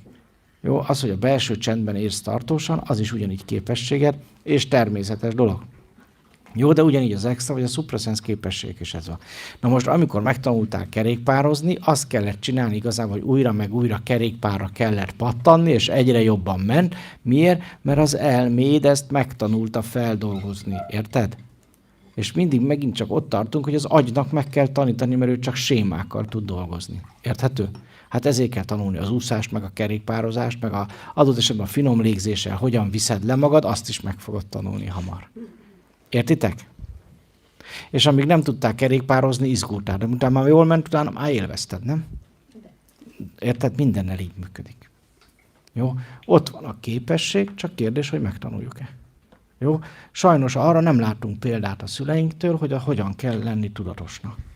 Érted? Arra láttál példát, hogyan kell kerékpározni vagy úszni, hát megtanultad. Így van? Na ez ugyanez. Megtanultad, hogy kell késsel, villával enni? Megtanultad. Érted? Miért? Mert láttál rá példát. Jó, a tudatosságra sajnos kevesebb példát láttunk. Ennyi. Ez a különbség egyedül. Jó? De mindegyik természetes, és ezért meg tudod csinálni, képes vagy rá, csak nem hiányzik kezed, lábad. Iskolában nem tervezik, hogy ezt esetleg tanítják? Ezt a tanári gárdát kérdezem. Figyelj, próbáltunk ilyet egyébként itt Budapesten bevezetni, mindfulness név alatt, és mindig a tanári karon bukott meg. Kivétel nélkül. Nem a gyerekeken, a gyerekek marhára élvezik, és van egy-két osztályvezető, meg testnevelő, aki beviszi, jogások ugye rendre beviszik, de azt látjuk, hogy mindig nem a diákokon, még csak nem is a ovisokon, vagy a gimiseken, vagy az egyetemistákon buknak meg ezek a dolgok, mert nagyon nyitottak mindenki, a fiatalon gyerekek is, hanem mindig a tanári kar. Jaj, még egy nyűg, még egy még egy hozé. Szóval a tanári kar az körülbelül 50 évvel kullog a gyerekek után, és a gyerekek igénye után. És ez sajnos nagy általánosságban elmondható. És mindig vannak kivételek persze, de ők meg ilyen szélmalomharcot küzdenek, és nem a gyerekekkel küzdenek sose, hanem a tanár kollégákkal, értitek? Hát ezért nem lehet. Hát benne van a tantervben, tehát a tantervekben benne van, mint választható valami, de hát figyelj, vajon miért nem terjed, érted? Mert nem, pedagógusokat ez már rég nem érdekli. Tehát én amikor így pedagógus körbe így mozogtam nemrég egyszer, és akkor így elmeséli egy órán keresztül, hogy miért utálja, és milyen undorítók a gyerekek, meg ilyenek, meg olyanok, meg rosszak. És ez egy fiatal tanár, érted? És akkor mondom, figyelj, te még a karriered elején ezt mondod, mit fogsz mondani 20 év múlva? Érted? És akkor mit mondanak? Na, szóval értitek ezt a problémát? Most erről nem akarok beszélni fejtől. És figyelj, az a poén, hogy például, most tudom, hogy az Orbán így, meg úgy, meg szidni kell szenvedélyesen, de elmondanám neked, hogy ő is nagyon sokszor próbált, meg az ő stábja ebben reformokat bevezetni. És többek közt ilyen oktatást is. És szerintetek sikerült? Érted? És most is ki az, aki kimegy tüntetni? A tanár, vagy a diák? Mindig a tanárok mennek tüntetni. Értitek? Ja. Ez egy nagyon bonyolult kérdés, ráadásul amikor elkészült a fideszes alaptanterv, akkor az egy csomó dolgot rábízott a iskolákra. Tehát, hogy mit tanítsatok, vagy merre, vagy milyen, vagy miből mennyit, és akkor így lefagytak az iskolások, és akkor tiltakoztak a tanárok. Addig meg az volt a baj, hogy sokat kell tanítani. Úgyhogy mindent visszacsináltak, akkor legyen úgy, akkor csináljátok úgy, hogy ti akarjátok. Szóval ez egy kicsit ilyen szomorú helyzet van. Jó? Én úgy gondolom, hogy akkor lesz változás, ha lesz a társadalomban egy olyan mag, amely fölébredt. Egy olyan mag, aki a mindennapi életben bizonyságát teszi a tudatosságnak. Amikor ezt mondják ugye kritikus tömegnek. Van, aki 12,5, van, aki 25%, én a 25% felé hajlok, úgyhogy még van mit dolgoznunk.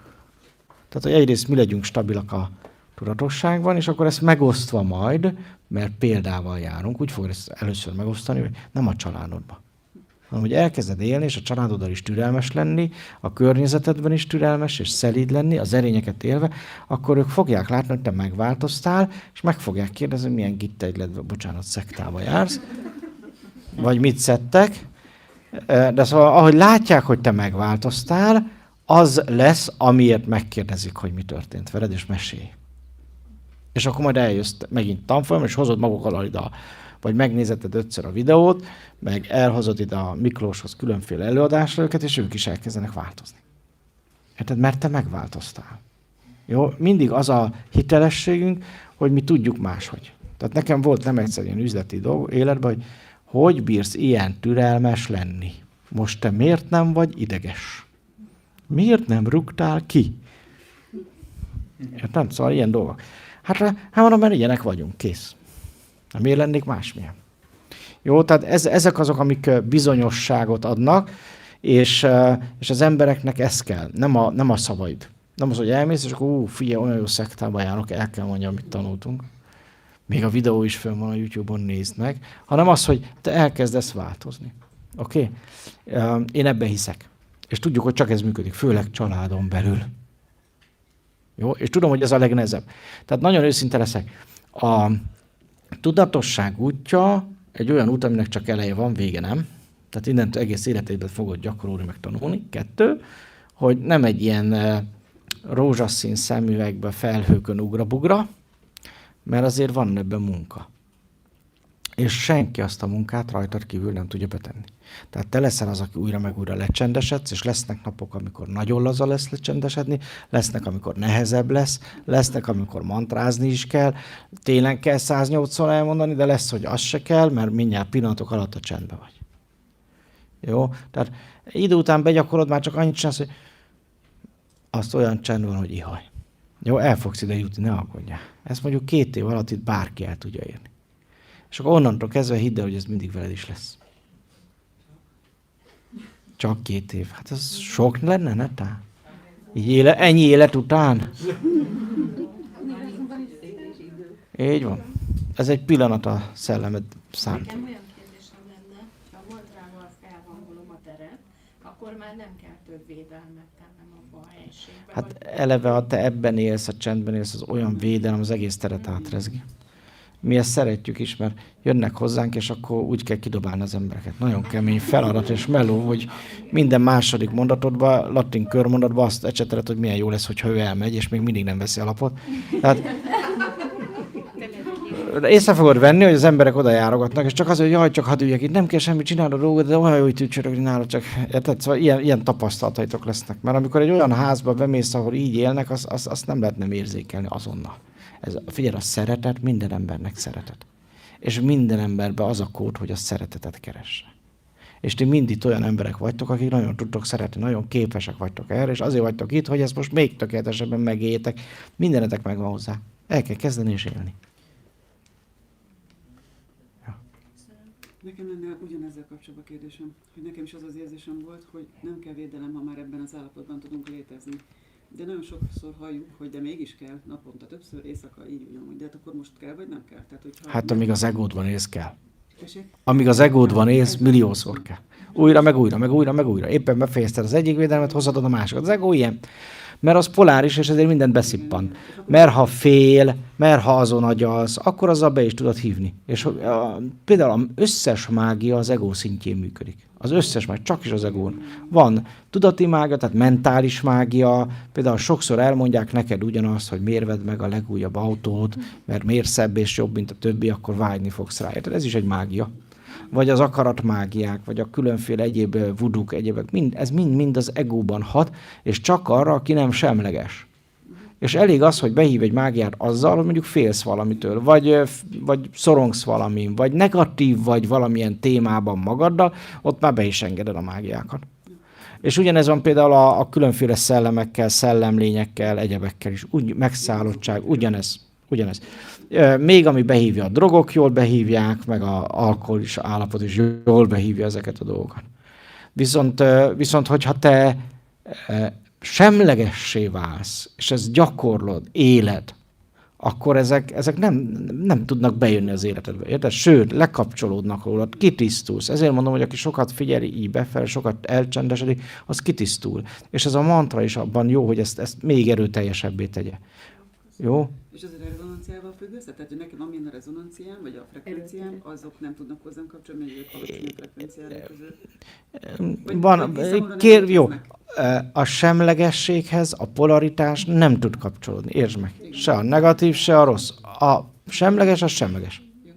Jézus eset, amikor meg akarják lincselni, és átmegy a tömegen, és észre se veszik, hogy ő átmegy a tömegen. Érted? Ez létezik, hogy nem lehet észrevenni az embert. Persze, de ez ezért, mert a semleges az minden. Értsd meg, aki is ebben a csendben él, az erényekben él, ráadásul ugye az erények is semlegesek, az mindent túlél. Ez a túlélés alapvető feltétele. Ha te az egyik párthoz beállsz, ha jobboldali leszel, akkor a baloldal fog utálni. Ha beállsz a baloldalhoz, akkor a jobboldal fog utálni. Érted? Most akkor minek politizálni? Semlegesség. Még egy kérdés, gyorsan, most jutott a síkok, tehát ugye a 3D, 4D, 5D. Hogyha az ember így ebbe, tehát hogy így átúszunk tulajdonképpen a tudatosságunk által, az elképzelhető, hogy egy bizonyos embercsoport, aki X frekvencián rezeg, az már nem veszi észre a többit, aki már mondjuk máshol tart. Nem erről van szó, hogy az ego szintjén, inkább arról, hogy aki semleges, ahhoz se a negatív, se a pozitív nem kapcsolódik, nem fog vele harcolni, érted? Észreveszi, tudja, jelen van, de nem zavar, érted? Te figyelj, aki semleges, az tud segíteni, ha kéri a negatív, meg a pozitív embernek is, érted? Várj egy picit. És érzékel a negatív, meg a pozitív is, de egyik se fog ellenségként megélni, érted? Hanem mindenkit meg tudsz érteni, ők is el tudnak téged fogadni. Most mondjam azt, hogy figyelj, nekem baloldali, meg a jobb oldali, ugyanúgy vannak ismerősök, és nem téma politika, érted? Nincs háború, érted? Csend van, békesség van, és tudunk más értelmes dolgokról beszélni. Ennek ellenére én maradok semleges. Értem? Mindegyikről van véleményem, ha akarom, de nem akarok még véleményt sem nyilvánítani, mert ha nyilvánítok véleményt, félreértik úgyis csak. Mert a nem semleges, az úgyse fog érteni, most miért mondom azt. És ugye az emberek többsége úgy nyilvánít véleményt még a politikáról is, hogy nem is érti azt. Tehát a politológia az egy tudomány. A politológián túl még történettudomány is kellene, és szociológia ismerete, és mit tudom, etológia, meg még nagyon sok ismeret kéne és tudomány ahhoz, hogy megmondod, hogy miért olyan a politikai helyzet, vagy a világhelyzet, amilyen. Na most, ha ezeknek a dolgait nem ismered, csak ítélkezel, igazából nevetséges vagy annak, aki ezt tudja, de mégis tele vagy ítélkezéssel, és fröccsögnek az ilyen emberek. Ezekből van több. És én is, amikor nyilatkozok valamire, múltkor azt találtam, hogy az Orbán a helyén van, akkor mindenki kiakadt. Hát pedig, mint ember a helyén van, neki ez a darmája, legyen miniszterelnök, és pont. Érted? És ezért én már Orbánista is voltam az elmúlt időszakban, pedig nem vagyok az, érted? Jó? Tehát a semlegesség az olyan, amihez mindenki tud kapcsolódni, a semleges ember mindenkinek tud támasza lenni, az mindenkit tud tanítani, fölemelni. De aki nem semleges, az legalább az egyik párttól már elpártolt, érted? És onnantól kezdve az már vannak ellensége is, úgymond. Na most, ami a dimenziók közti dolgot illeti, az meg egy olyan dolog, hogy nem 4-5 dimenzió van. A tudomány ma 49 dimenziót tart számon, 49 dimenzióban létezel te is. Ezt így érted? Igen, meg itt most 5 tudatszintet vázoltunk föl, de még van rengeteg. Tudod? És azokban már azért nem mentünk bele, mert nem ebben a testben élnéd meg. Tehát nem, jelenleg úgymond az egódnak nem információ, nem fontos, hogy tudja. Mondjuk a magasabb szintű tanfolyamokon ezekről szoktunk beszélni, sőt vannak olyan gyakorlatok, hogy ezeket is meg lehet élni valamennyire, megtapasztalni, de nem cél, hogy az egódat most ezzel terheljük. Elég az, hogy először megtanuld azt, hogy oké, el kell fogadnom, hogy az elmém csendjében kéne élnem, és hogy azt hogyan csináljam. Ez a legfontosabb. Mert ha ide eljutsz, és ebbe megszeded a gyakorlatot, tehát rendszeresen végezve jön magától egyébként, akkor az meg fogja még azt is értetni veled, hogy mennyi dimenzió van még. Érted? És nem azzal kell figyelni, most mi a negyedik, mi az, ami az 5., mi az, ami x-edik, 49 dimenzióban. Például a számítástechnika 49 dimenziót használ. Ha vannak ezek a készülék, amiket forgalmazunk, ott abban az erősek, azok 24 dimenzióban dolgoznak folyamat. A leggyengébb is 21 dimenzióban. Tehát ha így nézzük, nagyon sok dimenzió van. Jó? És az emberi élet is egyszerre az anyag világa is 49 dimenzióból érthető, vagy olyan gazdag, hogy 49 dimenziót érint. Jó? Ezért nem érdemes ezen se nagyon agyalni. Meg az, hogy most hogy a frekvenciák, vagy hogy nem. Fogadd el, hogy minden Minden, ami létezik, és anyagi, és ami nem anyagi, az is rendelkezik frekvenciákkal. Tehát a szellemed is, sőt, a kozmikus tudat, az egység is, az univerzumnak is van frekvencia, érted? És mindig más dimenzió valahol, és egyre több dimenziót foglal magába, illetve egész pontosan te most is magadba foglalsz 49 dimenziót, de ebből nem érzékelsz, az emberi test csak 12 dimenziót és 12 érzékszervet tud használni. És ebből használsz 5-öt. Jó? Még egy kérdés ezzel kapcsolatban, hogy létezik az, hogy tehát milyen mechanizmus az, most más nem találok, hogy időnként látunk lényeket, időnként meg nem, vagy hogy ki az, aki lát, és ki az, aki Ez nem. azon múlik, hogy mennyire van csendben az elméd, és mennyire hangolódsz rá az adott frekvencia tartományra, amiben ők léteznek, érted? Tehát inkább a frekvencia tartománynak hívnám sokszor, nem dimenziónak, de ezt egyébként függetlenül így szokták dimenzióknak is nevezni. Jó? Akkor úgy kéne fogalmazni, hogy van egy testi dimenziód, egy étertesti dimenziód, van egy vágydimenziód, azok is akkor mind dimenziók. Ezért inkább így a tudományban ez így nem ez a jellemző, hogy tud dimenziónak hívni, hanem az, hogy frekvencia tartománynak, és ezek nagy része azért ma már be van skálázva. Tehát tudjuk, hogy melyik frekvencia tartomány az, ami például a szellemé, melyik a belső csendé, ugye az a téta állomány, meg vagy hány hercen működik a téta állapot, és így tovább. Tehát ezeket így szépen meg lehet már azért találni, ennek már van háttere, és tulajdonképpen, ha így nézzük, azért összesen, mondom ismétlem, 49 dimenzióban mozgunk. És ezt mind megmérték, hogy milyen. Persze, hát ezeket modellizálni tudják, a számítógép használja, a csillagászat használja, és így tovább, és így tovább. Tehát ők ráadásul nem is ezt a pitagóraszi matematikát használja a tudomány, például a kvantumfizikában, csillagászatban több más matematikai rendszert is használnak. Talán a bolyai matematika, ami ezt a legjobban leírja. Jó? Érdemes azt is tanulni, de az például olyan bonyolult, hogy még Bolyai is belezizizett, fia fejezte be. Tehát azért azok már nagyon magas szintű rendszerek, és például a spirituális jelenséget is leírják. Matematikailag. Jó? Mi a másik két érzékszer, amit nem használunk érzékszer? Lehet, hogy én ebben most nem mennék be. 12 dimenzió. Jó, nem mennék be. Ismerhetünk ebben a testben, és 5 érzékszervet használunk a 12-ből. Azt kérdezi, hogy mi a másik. Igen, hallottam, és azt mondtam rá, elmondom neked is, megismétlem, hogy ebben most nem mennék be. Az egy fia, azt nem lehet 5 perc alatt elmondani, mert nem is értenéd, nem tudom, érted. Tehát, hogyha még nem voltak meg megfelelően például a testen kívüli érzékelés tapasztalatai és tudatosságai, addig azt hiába mondanám neked, nem mond semmit. Nem tudom, így érted.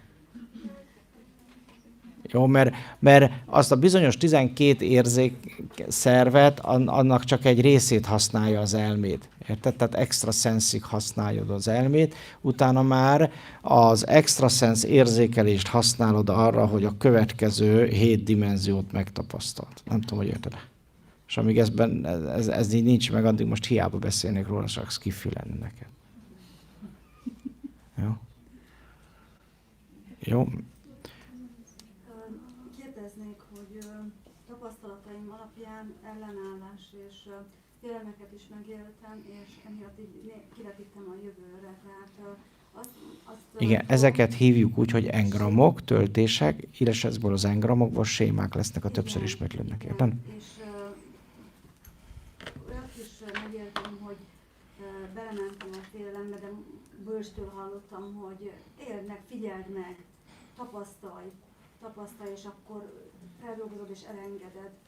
De hogyha inkább a tudatos jelenlétet gyakorolom, vagy ezt az elcsendesedést, ebben sokkal nagyobb lépést tudok tenni a... Egyrészt. De tudnak maradni olyan félelmek, amik maradnak, de ebben a belső csendben meg tudod fogalmazni, utána tudsz járni, ki tudod keresni, végig tudod érzékelni, hogy mi az a félelem, miben gyökerezik az. Mi van igazából mögötte. Mert amikor egy félelmet meg tudsz fogalmazni, mitől félsz, akkor az utána föl tudod oldani, az föl tud oldódni magától is sokszor, illetve olyan, mit tudom, hogy hát nem ismered, hogy kell használni, és azért nem használtad, azért féltél a porszívótól, mert nem tudtad, hogy kell használni, onnantól kezdve fogod magad, megtanulod, és onnantól kezdve nincs félelem.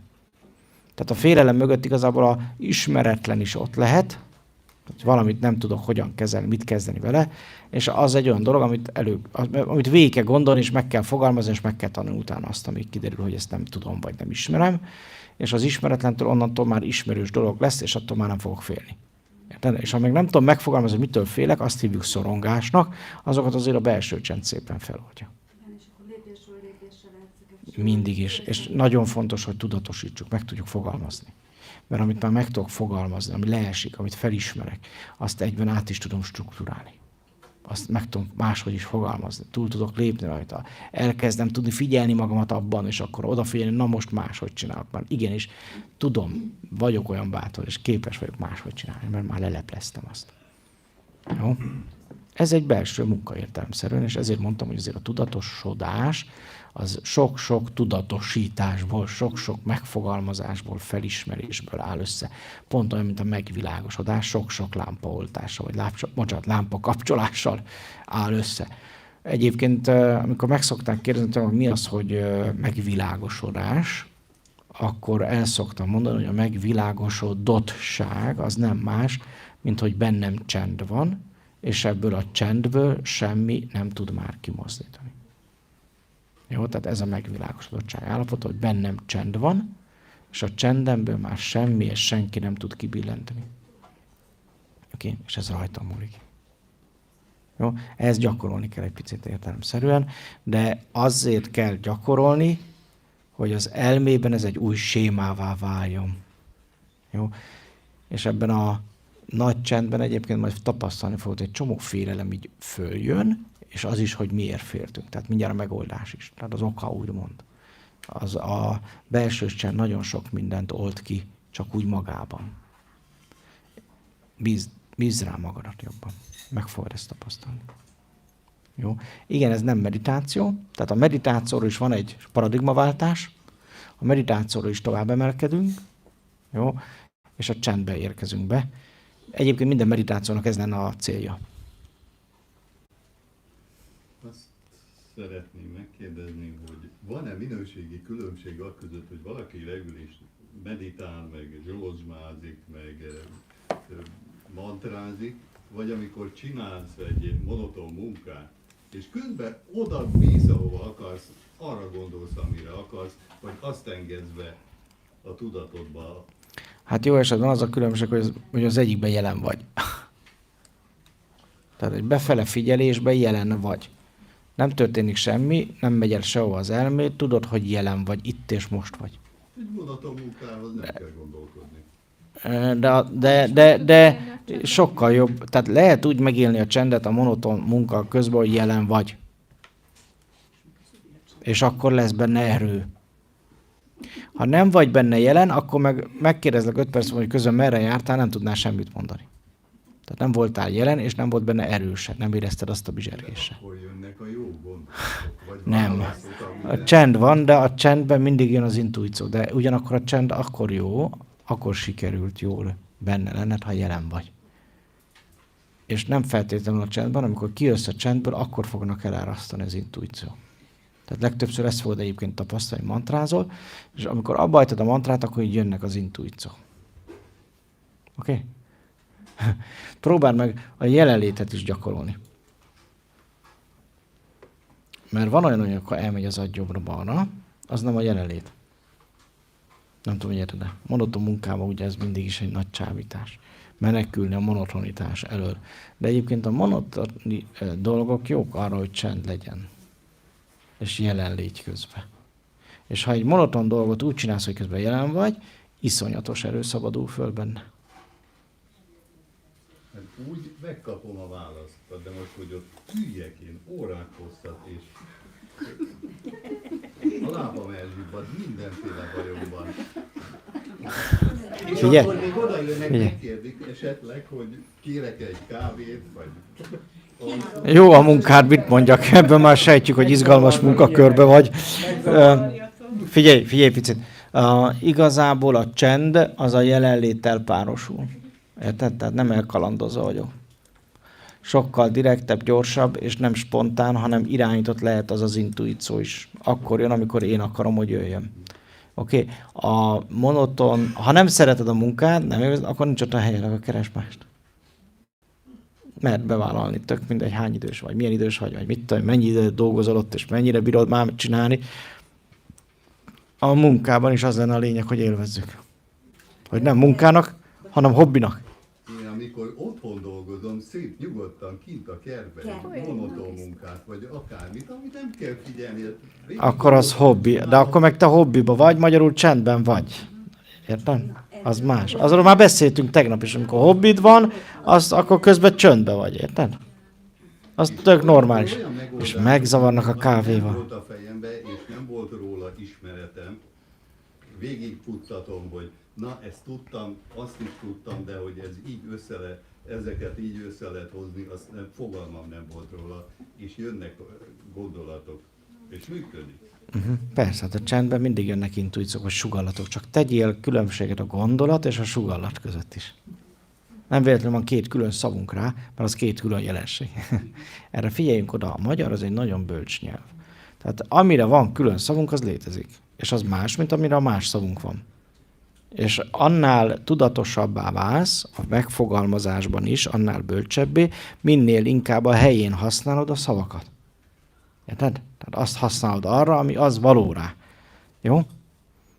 De nagyon jó az irány egyébként, látszik, hogy sok bölcsesség van benned, és sok mindent megfigyeltél, és tudatosítottál már az életbe. Tehát ez látszik. Igen, főleg most helytelenül is fogalmaztam, mert azért amikor azt mondtam a kedves páromnak, hogy most ne zavarj, egy kicsit szeretnék gondolkodni, akkor nem zavar. Amikor csak félre megyek, nem szólok, na olyankor kedves. Nem szereti, a gondolkodsz. Igen? Még egy kérdés a vezetés közben. Tehát 2 hetente szoktam vidékre menni, és akkor az mindig várom, mert olyankor nem szoktam semmi másra figyelni, csak a vezetésre, tájra, tehát hogy kikapcsolok mindent, és akkor szoktak megjönni azok az intuíciók, amik nem előz meg gondolkodás. Hát pont azért, mert nem agyalsz, érted? Igen. Igen, ez ilyen. Amikor az ember nem... De most gondold végig, hogyha az egész életed így telik. Igen. Érted? Akkor bármikor mindig ott van azonnal az intuíció, nem kell napokig várni, amíg elmész vidékre valahol. Jó? Tehát... Na ez az elmecsendje, hogy tudom csinálni a dolgomat, és mégis ott van azonnal az intuíció, ott vannak a sugallatok, ott van az érzékelés. Jó? Mert nem agyalok. Jó? Hát gondold végig, hogy amikor gondolkodsz, akkor mind gondolkodsz. Most túl azon a gondom. Megfigyelted, hogy mindig a külvilágon jár az eszed? Mindig a külvilághoz való viszonyulásról, vagy a külvilágnak az elvárásaihoz való alkalmazkodásról jár az agyad. Érted? Na most azt félretetted, egyből ott a sugallat. Egyből ott az intuíció. Jó, itt ez a jelenség, mint amikor ő vezette, meg monotonozol. Még egy kérdés a meditációval kapcsolatban. Tehát, hogyha nekem nem meditációban jönnek meg az intuitív gondolataim, ott sose jönnek szinte. A meditációban nem is, a meditáció nem arra való, hogy intuitív gondolatok jöjjenek, az nem csendállapot, értsétek meg. Jó? Ez ugyanolyan, mint az ima sem egy csendállapot. Jó? És idegen szóval a meditáció az egy ima. A meditáció egy közbenjárás, mint az ima. Jó? Tehát az arra való, hogy ráhangolja az elmélet, hogy ráfigyeljen a szellemre. De akkor jön majd a sugallat meg a válasz, amikor az imából elcsendesedsz. Érted? Amikor a meditációból elcsendesedsz. Ja, az nem olyan meditáció, hogy egy vezetet, hanem egy, tehát, hogy gondolatüresség. Hát a belső csendben nincsenek gondolatok, akkor az csend és nem meditáció. De akkor használjuk a nevén a dolgot. Jó? Hát, hogy nem csendbe jön meg az információ, akkor nem csinálok valamit? De a csendbe jön meg az intuíció és a sugallat, amikor az elmét már lecsendesedett. Amíg egy meditációban, a meditációra azt mondjuk, hogy van egy irányított folyamat, amit elképzelünk, addig az még nem csend. Értitek? Jó? És itt azért tegnap ugye elmondtam ezeket a meditációs típusokat is, direkt, hogy legyünk ezzel képbe, hogy a belső csendben jönnek meg az intuíciók, jó? A sugallatok, a belső csendben. Az elme és csend, az elme csendje az azt jelenti, hogy nincsenek képek, nincsenek szavak, nincsenek gondolatok. Jó? Akkor a vezetett meditáció nem is tud sikerre vinni, vagy igen? De annak is megvan a szerepe, érted? Mert aki még nem jut oda, hogy alkalmas legyen, vagy képes legyen a lecsendesedésre, akkor megvan annak is a szerepe, megtanít összpontosítani. Érted? A belső csendben már a csendre összpontosítasz. De aki még nem erős a figyelembe, vagy az összpontosításba, annak kell valami, hogy mire összpontosítsak, érted? És akkor meditál eleget ahhoz, hogy képessé váljon majd a csendre a semmire összpontosítani. Érted? Tehát azért mindenek megvan a maga szerepe, és ezért az elmúlt 50 évben az volt, vagy 60 évben az volt a feladata a mai nyugaton, hogy a meditációt gyakorolja, érted, a lakosság. Most meg az lesz a feladat a következő 8-10 évben átforul, hogy a csendet gyakoroljuk. Érted? Tehát ti vagytok, vagy mi vagyunk azok, akik előfutárai leszünk a következő generációnak a spiritualitásra, mondjuk így. Jó? Lesz rá idő?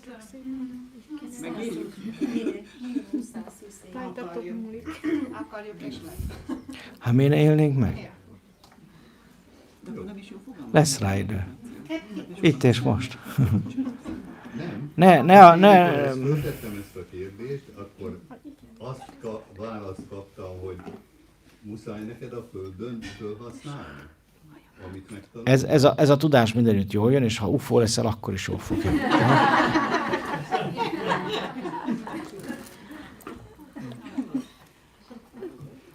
Mondok valamit. A Földön kívüli fajok, akiket így nagyjából kiengedtek a világról, azok ezt mind tudják, és ezt élik. Itt maximum csak arra van szó, hogy végre fölzárkózik ez a lemaradt óvoda és a feladathoz. Mert ők kb. Úgy néznek itt a földlakókra, hogy ez a kis ovi. Nem, túlnépesedett ovi. Ahol oda van rakva, meg van mondva, hogy mit kell csinálni, azt nem hajlandó. Jó, tehát eleve azok a szellemek, akik itt vannak a Földön, hát nem mondom, hogy büntiből, de azért vannak itt, hogy megtanulják a tudatosságot, hogy az egót hogyan irányítsák szeretetben. Tehát nem csak megteremteni kell a játékot, de tudatosan játszani azzal. Érted? És ezért vagyunk a Földön, ezért van itt a szellemet, ezért nem mehet el, csak akkor, ha már le tudta szamszanál. Oké? Okay. Egyébként ez, amit most csináltunk, ez a csendgyakorlat, ez megváltoztatta a helyiségnek a szagát. Más volt az energia. Tiszta, könnyű energia volt. Utána itt más volt. Érzékelhetően más volt az energia itt, akkor, amikor hát meg kiszellőzött. Megettétek a kaját. De ez így működik. Így van. Semlegessé váltál, érted? Semlegessé váltál, és ami addig zavart, már nem zavar. Ez történik. Ez hogy nem működne? Nem véletlen. Figyelj, ez egy emberként is működik, és milliós tömegben is működik, értitek? Az az álmom, hogy majd ilyen, mit tudom, stadionokat töltsünk így meg. Gondoljátok meg, milyen erő lesz abban, amikor ez az erő így, hogy most 100 emberből kiárad, mi van, akkor ez ezerekből árad ki, érted? Az meg tudja választoztatni a világot. Hát ez az álmunk. Egyébként Indiában rendszeresen szerveznek ilyen nagy közös mantrázásokat, de ott akkor nem 10 000 vannak, hanem valahogy 100-150 000 ember gyűlik össze. Nagyon komoly. Még Kínában is csinálnak ilyeneket. És nem az meg nem a buddhisták, hanem így ez ilyen szabad szervezni. Szóval ezek komoly dolgok. Úgyhogy... És ennek nem az energia mintája, hogyha valaki ez egy ilyen 100-110 Hz közötti rezgés, ha már az energia mintára vagy kíváncsi. De nem is ez a lényeg, hanem az, hogy ez egy semlegességbe hozza a jelenlevőket, és a semlegesség, a polaritás, tehát az anyag világában is egy harmóniát teremt. Tehát a tárgyak rezgésébe, az utca rezgésébe, a kerület rezgésébe, Budapest rezgésébe, és így tovább. És ez mérhető egyébként. Tehát erre nagyon sok kísérlet volt a 70-es, 60-as években már, amikor ilyen emberek vagy több ezeren meditálnak, akkor az adott területen, mit tudom, a bűnözés is eltűnik arra az időszakra, meg hasonló más ilyen jelenség. Tehát ebben óriási erő van. Óriási erő van. És ezt meg lehet tanulni, ezt látni? Érzékelni? Persze, természetesen. Ez az extraszensz érzékelés része. De ez konkrétan ezt a fajtát, amit az emberi tapasztal, a hullámtér látványa. Ez egy alapérzékelés. Tehát az extraszenszből, tehát az extraszensz képességnél ez egy alapérzékelés amúgy. De ennek nincs külön neve. Ennek ez a mediumitás része, tehát így összefoglalóan. Tisztán látás, tisztán érzékelés, tisztán hallás, tisztán szaglás, tisztán tapintás, és itt mehetnék végig. Hát több mint 400 extraszensz érzékelés van. Most ebből, ami ilyen összefoglaló, az a mediumitás, ami egyébként azt jelenti, hogy érzékelés gyakorlatilag, vagy köztes létben mindent érzékelek, tehát átérzékelek, több dimenzión, ahogy te szereted mondani, több frekvenciatartományon, és ezeket én fókuszálásommal fogom eldönteni, hogy mire vagyok kíváncsi, és akkor mit fogok érzékelni, tudod? Tehát ez olyan, mint amikor egy rádiót behangolsz, most melyik adót akarom hallgatni. Az amigdala, illetve az idegrendszer, az mindent érzékel, minden frekvenciatartományon. Tehát olyan frekvenciatartományokat, ha elmondanád, azt mondanád, hogy ilyen skifi nincs is. Mert pedig van, és érzékelhet folyamatosan. Amigdalába ez mind beérkezik, és a tobozmirigy az a finom hangoló, amivel be kéne hangolni, akkor most melyik adót akarom nézni. És ez csak a szándékon múlik.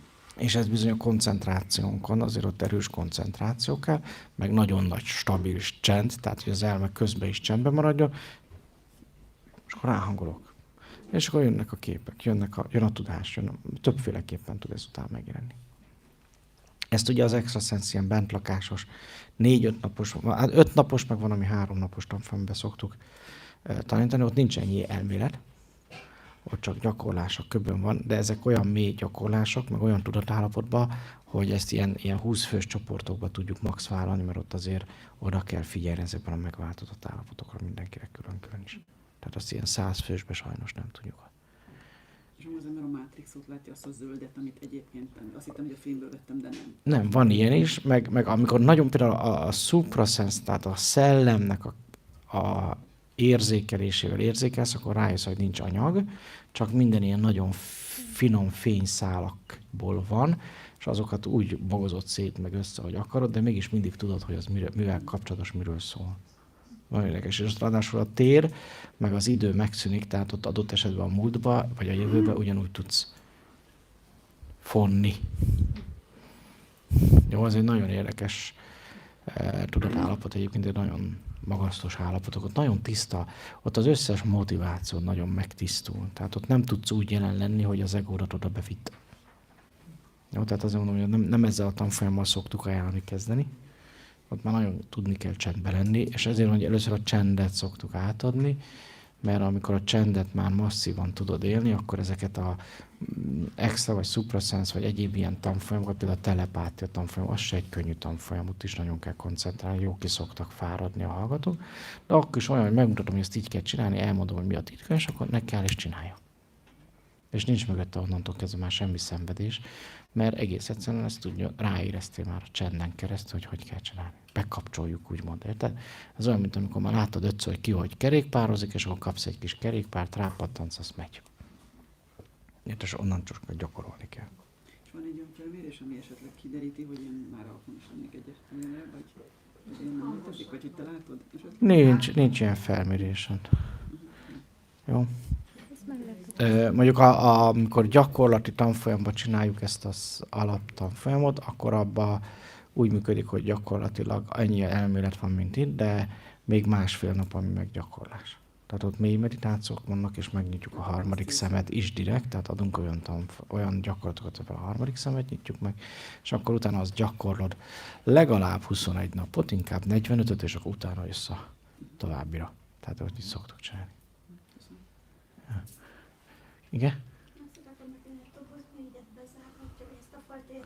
A tobozmirigyet nem ez zárja be. Mondjuk a katolikus egyház, ha megkereszteltek, vagy bármelyik, akkor ide azt lezárják gondosan. De a tobozmirigy az egy belső elválasztású mirigy, és mint minden belső elválasztású mirigy, ha nem működik rendesen, ha nem használjuk, nem kap ingert azért, hogy legyen használva, akkor a szervezet egy idő után a nehéz fémeket és egyéb dolgokat letárolja. Ilyen a fluor, ami ugye a fogkrémekben van, meg a nehéz fémek is. Tehát ilyenkor azért szoktuk ajánlani azt, ha valaki ezt szeretné megtanulni, hogy például a humin savat használja, abból is a humicin natur terméket szoktuk ajánlani, az gyógyszerminőségű. Tudnélik, a humin sav a nehéz fémeket kivezeti a szervezetből. És a többek között a tobozmirigyből, csecsemőmirigyből is, és a többi. Jó, tehát a humin savnak a legjobb terméke ma, ami kapható, az is magyar, az a humicin.hu-n megvásárolható Humicin Natur, az egy gyógyszerminőségű készítmény, míg az összes többi hasonló termék azért mindenféle más nem kellő dolgot is tud tartalmazni, azokat nem szoktuk ajánlani.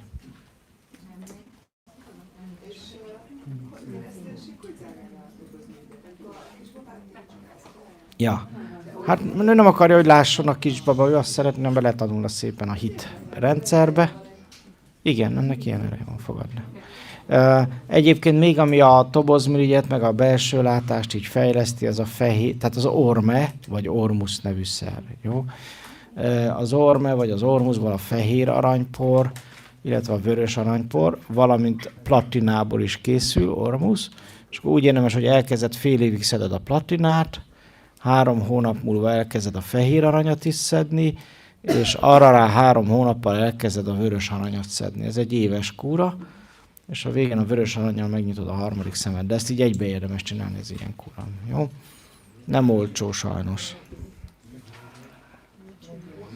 Jó, ez a DNS-t is helyreállítja, a méreganyagokat kivezeti, és megnyitja a tobozmirigyet a végén. Jó? Nem, az nem erre való. Az nem erre való. Segít, de nem erre való.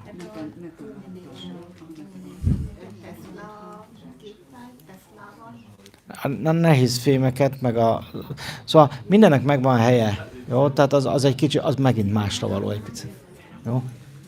Vagy vannak ezek a plazmagépek, tudod. Ezek a plazmagépek például a kórokozók ellen jók. Jók, nagyon. Erre. Jó, vagy amit mi forgalmazunk, az NLS, az is ki tudja írtani a kórokozókat, helyreállítani a szervezetet, és DNS szintjén még azok a leghatékonyabbak. A hullámgenetika elvén működő eszközök. Jó, hát ha... Utcsó kérdés. Prekogníciónak hívjuk, igen, és a szellem üzen így úgymond, persze. Ezeket érdemes kielemezni, tudatosítani értelemszerűen, és figyelni utána, mert fontos üzenetek jönnek így. Például az álmok nagy része a szimbolikával dolgozik, és akkor érdemes ennek utána olvasni, tudod, az álmos könyvek, jó? Ha tudsz angolul, egyébként vannak nagyon jók Androidon például van egy ilyen, hogy Dreams Book, Dream Books, így hívják, egy ilyen szoftver, egy hold van rajta, az 10 000 álmot elemez így ki, meg ilyen szimbólumot tartalmaz, az a legteljesebb, ami így elérhető. Jó, tehát léteznek ilyenek, és akkor ebből szépen meg tudod nézni, követni, hogy ha angolul tudsz, mert sajnos angolul van nekem. Jó, szívesen. Ez a prámonod is beavatás is ilyen, mondjuk a kereszténység, az is vezetni a bezárat képességeit. Én nem voltam ilyen beavatáson, úgyhogy nem tudom, mit csinál a Prana-Nadi, tehát nem tudok nyilatkozni erről. Prana-Nadi, az becsukja a harmadik szemet. Tehát nem tudok erre válaszolni. Nem vagyok Prana-Nadi, és nem tudok erre válaszolni. Én ismerek olyan Prana-Nadisokat, akik 10-es, 12-es szinten vannak, tehát így az ismerettség, baráti körben vannak ilyenek. És hát nem mondom, hogy rossz vagy jó, mert nem szoktam ilyeneket mondani. Az egy zártabb rendszer, tudod? Tehát, és nem az, hogy bezárják a harmadik szemet, csak adnak egy sémát, és azt szeretnék, hogy ahhoz a sémához ragaszkodj. Érted? Ne, nincs keleten ilyen. A Prana-Nadit a Petrezselyen úr találta ki. Az egy más kérje. A Reikire is azt mondta, hogy innen jött, meg onnan jött. Tehát ő ilyen felfedező emberke. De amikor elmész Indiába vagy Keletre, ott nem találsz se Prana-Nadit, se Reikit. Tehát felejtsd el. Nem akarok én róla beszélni. Hát ő is egy ember, azt kész. Hát. Tehát én nem szeretek más emberekről beszélni, érted? Az az út, ami azt mondja, hogy csak ez a jó, meg csak így szabad csinálni, azon gondolkodj el, hogy az nem szabad. Érted? Az igazi mester az el fogja mondani, hogy ez is út, az is út, mindenki a magáért lelje meg. De igazság az, vagy a valóság az, hogy szabadság van. Érted? És nem ez vagy. Én sem mondtam, hogy csak ez így jó, ez kész. Oké? Jó? Tehát sok mindent mondanak emberek, de én erre azt mondom, hogy mindent vizsgálj meg. Egészségedre. Tehát csendesedj le, és abban a csendben engedd, hogy az intuíciót megmutassa, hogy egy-egy mester és az ő tanítása az üle vagy áll. A stimmele. Érted? Én azt kérem, légy szíves, hogy azt is vizsgáld meg, amit én mondtam itt te. Érted? Hát ez természetes, hogy eszembe se jutott, hogy nem vizsgálod meg. Csendesedj le. Megtanultad már, hogy kell. Csendesedj le, és vizsgáld meg. Egészségedre. Ha működik, akkor élj vele. Ha nem működik, tedd félre. Jó? Szerintem ehhez nem kellett csendesedni, mert annyira megérzem, mikor először hallottam. Így van. Beszélsz, mondok, ez szemben. Ugyanúgy a Miklóst is, és ugyan mindenki, aki idejött eddig. Viszont a más hallott, na nekem erre nincs szükség. Ennyi. Hát na ez az intuíció, érted? Erről beszélünk. Tehát, ugyanúgy nem tudnak hazudni senki. Előttem senki nem tud hazudni. nagyon helyes, ez köszönjük szépen. Beépített emberünk. Marketing. Olyan, mint egy merlevágás. Ilyenkor, amikor érzed, hogy valami jó, azt érzed, hogy az intuíciód így újjong, érted? Hogy a bensőd így jelz, hogy fú, ez jó. Érted? Mindig nem bánt semmi, ha semleges vagy, de derűt okoz, hogyha érzed, hogy valami a helyén van, és akkor én erre azt mondom, hogy ha így megvizsgálod, akkor azt szerint fogadd el és építsd be. Jó? Tehát senkit nem fogunk arra kötelezni, meg vizsgázni, meg mit tudom, micsoda, hogy na hányszor meditáltál tegnap óta, hányszor csendesedtél le, meg ilyen, nincs értelme, érted? Ha neked ez jó, mert a bizonyságot tett az intuíciót, akkor használd. Jó? Meg ez egyértelmű, figyelj, ha jön egy tanító, és folyamatosan van érdeklődés, és sok ember van, akkor működik. Érted? Ha meg hülyeséget beszél, előbb-utóbb eltűnnek. Hát most figyelj, ez meg nem is kell reklám. Hát mi se szoktuk reklámozni. Hát. Én 24 éve dolgozok, úgyhogy meg se hirdetjük a tanfolyamokat. De komolyan. Van egy belső zárt rendszerünk a tanítványoknak mi ez a facén, és ennyi. De az egy zárt, tehát nem arról szól, hogy mindenkivel fűvel, fával megosztjuk, azt kész.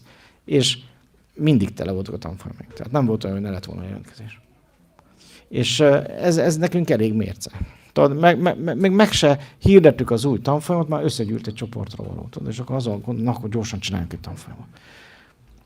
Jó, én így élek már jó ideje, és ez egy biztos visszajelzés, hogy a helyünkön vagyunk. És nem akarunk, nem erőlködünk, nem erőltetjük a dolgokat, hanem tehát szabadság van. Mi azt szoktam mondani, hogy nem ismerjük a kell szavacskát, azt csináljuk, amit szeretünk, ami jól esik. Jó, és hogyha jól csináljuk, annak van egy visszajelzés a társadalomban is, mindenütt. Illetve akik eljöttek hozzánk, annak az életében is van egy visszajelzés, mert fejlődnek, gyarapodnak, helyükre kerülnek. És engem ez motivál ebbe az egészbe. Jó. Igen? Igen, ott melletted is volt egy kérdés. Jó, NLS gépek, de előtte akkor volt egy másik jelentkező, és akkor utána az NLS, jó? Kapunk segítséget az auralátáshoz? Ja, igen, meg igen. Látod, mondtam, hogy szóljatok. Ja, így is meg tudjuk. Figyelj! Még van idő. Az auralátás egyetlen egy dolgon múlik. Hogy megszoktatod az elméddel ennek az információnak is a feldolgozását. Mikor gyerek voltál, láttad az aurát. Tehát elég, ha visszagondolsz, jó? Viszont a magyarban oda van kódolva, hogy is kéne aurát látni. Hogy mondják azt, amikor valakiből ki akarod húzni a igazságot, és leülsz vele beszélni? Szemek közé néz, így van. Na, hogy vágják. Na, ez az auralátás titka. Amikor úgy nézel valakit, hogy a szemek közé nézel, ki fog rajzolódni egy világosabb kör így a fejek körül. Ez így megvan? Ez az auralátás. Ez az első rétege, ráadásul sokszor informálisabb, és több mindent mond el, mint a második réteg. Ezt lerajzolom, jó?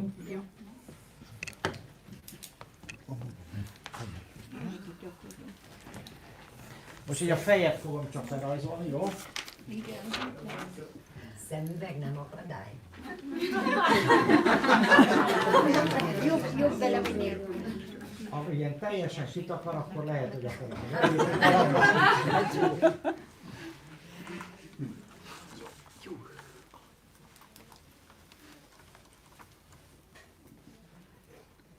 Fölrajzolok több variációt, jó? Hogy lásd, hogy hogyan tud mozogni a aura. És még másik fűce. Jó? Tehát van az első emberkénk, aki jól van, rendben van, és ő neki az aurája szépen követi a testnek a kontúrját. Jó? Van olyan, amikor valaki hazudik. Ismerős? Akkor az nem ismerős. Jó. Akkor az aurája, mint egy süveg, így elnyúlik. Látod? Jó? Ez az első réteg az aurában. Van, amikor valaki nagyon gondokkal küzd. El van akadva teljesen az életébe. Tehát majdnem, hogy öngyilkos jelölt. Annak az aurája így elmegy, és így elhalványul fölfele. Értitek? Van ilyen is. Van olyan, hogy ő előadja, hogy ő már milyen jól van, túl van már a szakításon, már teljesen boldog, de közben az aurája elmegy neki így bal oldalra.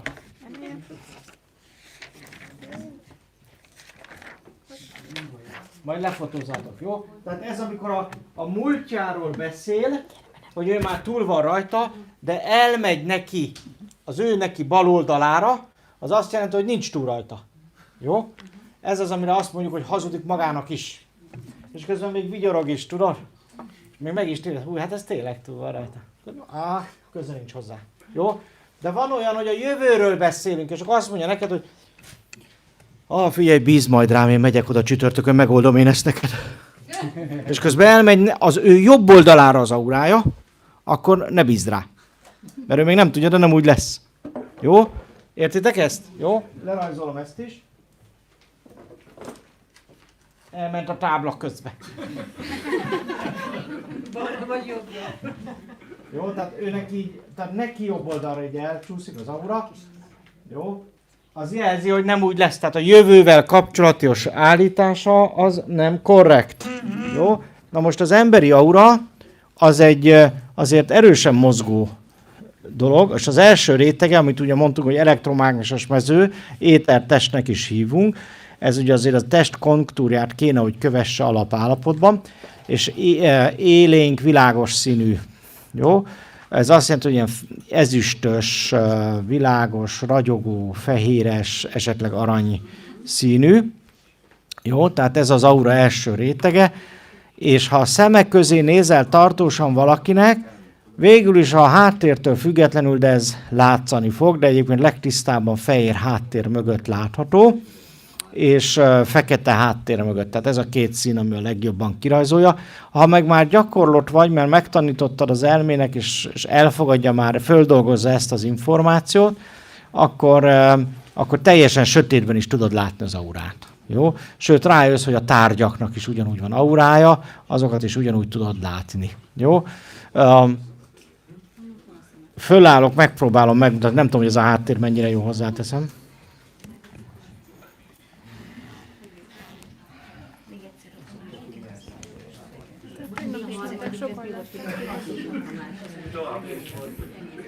Na még egyszer, hazudós, jó, ő a hazudós, ő akinek nagyon nagy gondjai vannak, küld el a pszichiátriára.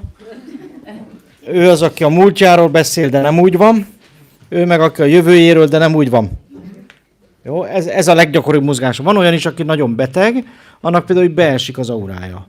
Vagy színtelenné válik. Vagy nézed, de sehogy nem látod. Jó, tehát ilyenek is vannak. Jó, a halottnak meg teljesen kifehéredik, ilyen matt fehér lesz. Úgy értem, hogy a halottnak, hogy olyan jó 3 nappal, akár egy héttel, vagy 10 nappal maximum a halál előtt olyan lesz az aura.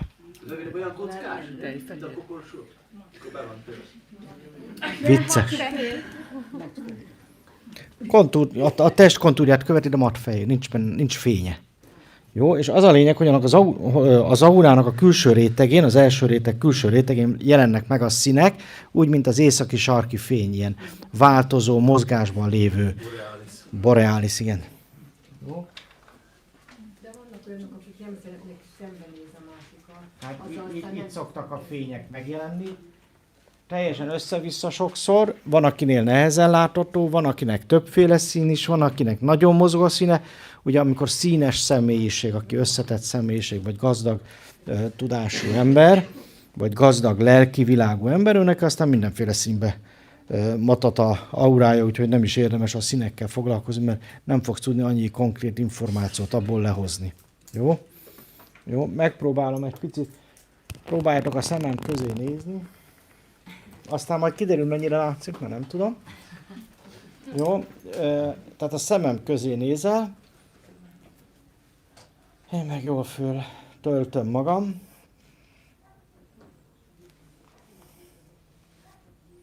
És főleg, ha szemből nézel, akkor előbb-utóbb látsz valami fényes réteget körülöttem. Nem tudom, hogy ki az, aki lát valamit. Jó, megpróbálom elnyújtani fölfele. Nem tudom, látszik-e? Majd elmondani balra. Illetve jobbra. Látod, ahogy mozog? Jó, tehát ezt igyekeztem egy picit bemutatni. Tehát ez az aura, jó? Állj föl, és gondolj valami szépre. Jó fenyeg.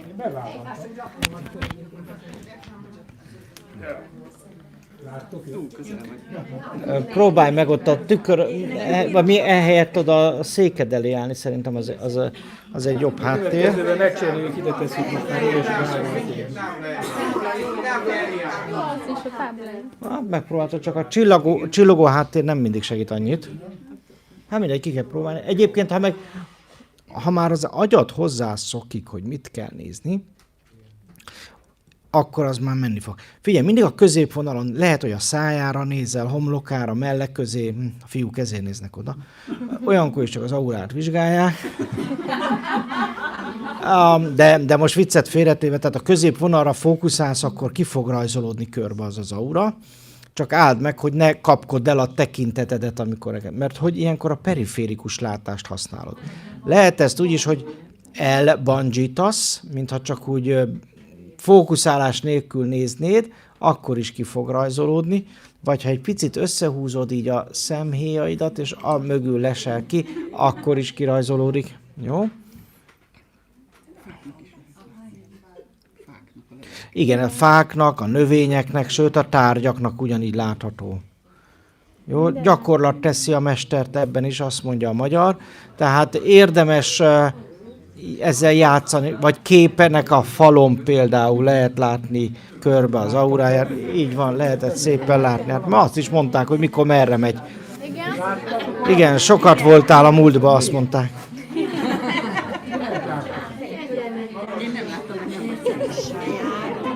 Tükör. Lehet, igen. Hogyne? Na, csücs le. Igen? Haló? Most kérdeztek, vagy csak legyet kergettek? Jó, oké. Úgy is lehet látni, ugyanaz a nézés, amikor például így összehúzod a két ujjadat, és mondjuk egy ilyen semleges felület felé kinyújtva a kezedet, elbandzsítasz, és azt fogod látni, mintha lenne egy hurka, meg még két hurka. Próbáld meg. Jó, ez ugyanaz a periférikus látás, és ha széthúzod egy finoman a kezedet, még látod is, hogy egy középső hurka ott marad a két szélső között. Jó? Tehát ez ilyenkor ugyanúgy belebandzsítasz igazából a világba, és ilyenkor ugyanezzel, ahogy most tartod a szemed, ha ugyanúgy nézed az emberkét, látni fogod az auráját. Jó? Tehát ebből is látszik, hogy az auralátás nagy ördöngösség, igaz? Erre születni kell. Jó, itt szerintem mindenki látta eddig is közületek az aurát, csak legfeljebb nem tudatosítottad, hogy mi az, amit látsz, vagy mi az, amit nézni kéne. És a sajátodat is ugyanúgy egy tükör azt tud ebben. Úgy omlottam is körbe, ilyen minden szín. Igen, egyébként is minden, amit nézel, az aurádon megszűrve látsz. Igen. És attól függően, hogy milyen színű az aurád, milyen erős, azért mindenkinek egy kicsit más az érzékelése a világról. Így van. Csak megtanulj, ezért kell megtanulni, hogy mi milyen szín. az is egy frekvenciatartomány, nem egy dimenzió, csak egy frekvenciatartomány, és ezért kell megtanulnunk, hogy mi milyen színű, mert egy kicsit az aura azért ezeket torzítja, a színeket is, és ugye, hogy egységes legyen a szín felfogásunk, meg a világ felfogásunk, ezért megtanuljuk gyerekkorban, hogy mikor mit látunk. Jó? De ugyanez az érzékelés, a hőérzékeléstől kezdve minden azért kell megtanulni, hogy egységes legyen, mert mindenkinek a énsége egy picit mindent másképp érzékelne, de így viszont kialakul egy egységes érzékelés. NLS gépekről mondhatom? Az NLS gépekről annyi a lényeg, NLS, fölírom.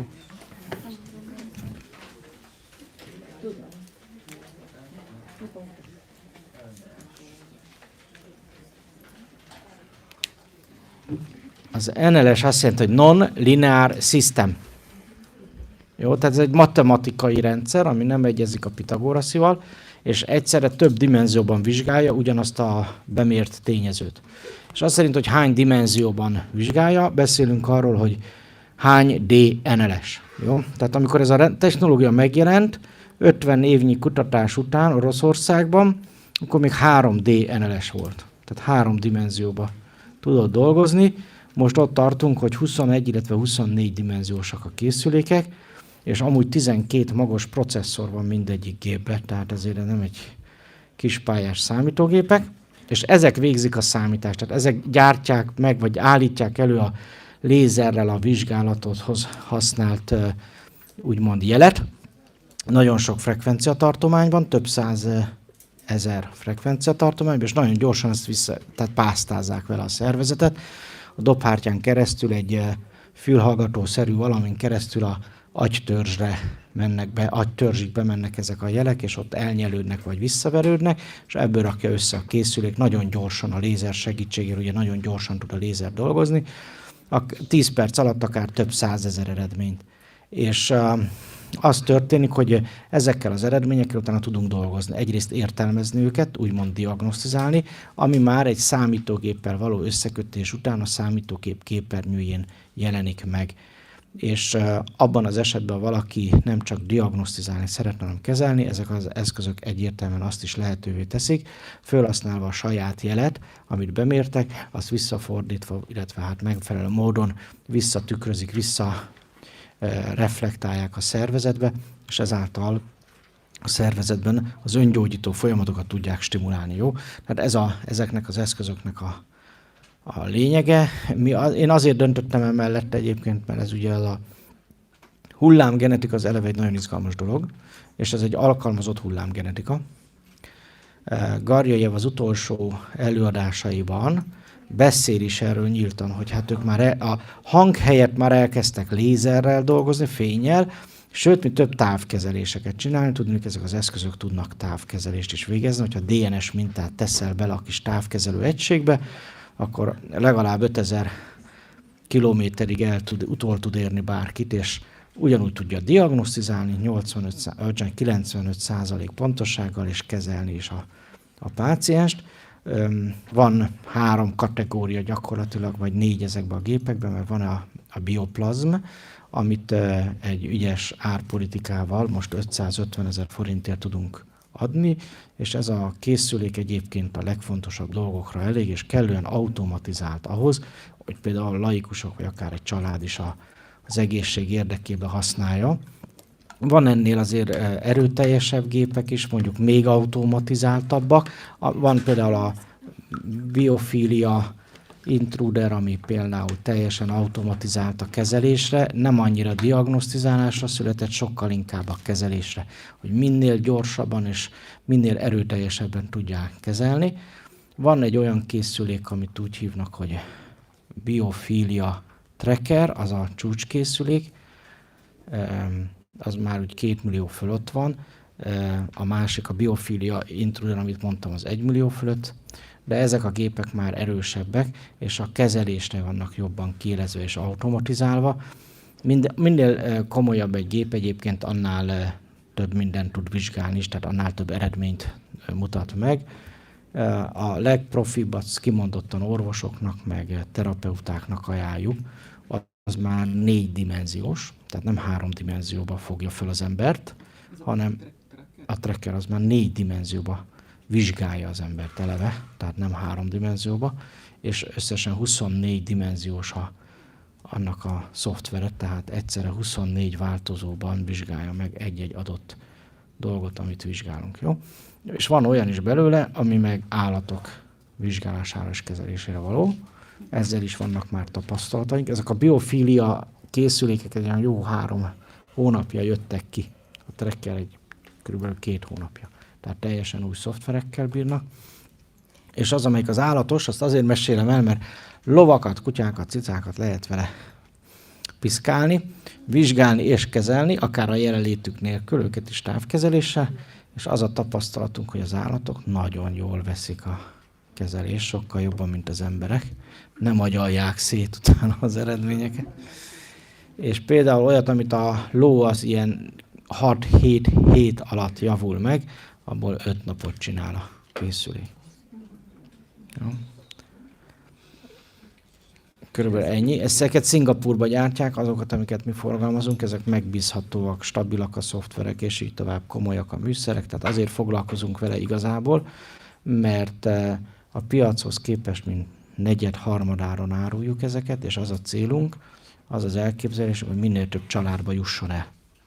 A mai világban, amikor hát igencsak hogy mondjam, betegeskedik az egészségügy, akkor ezek az eszközök alkalmasak arra, hogy azért az egészségünkért felelősséget vállalva tegyünk is magunkért. Jó?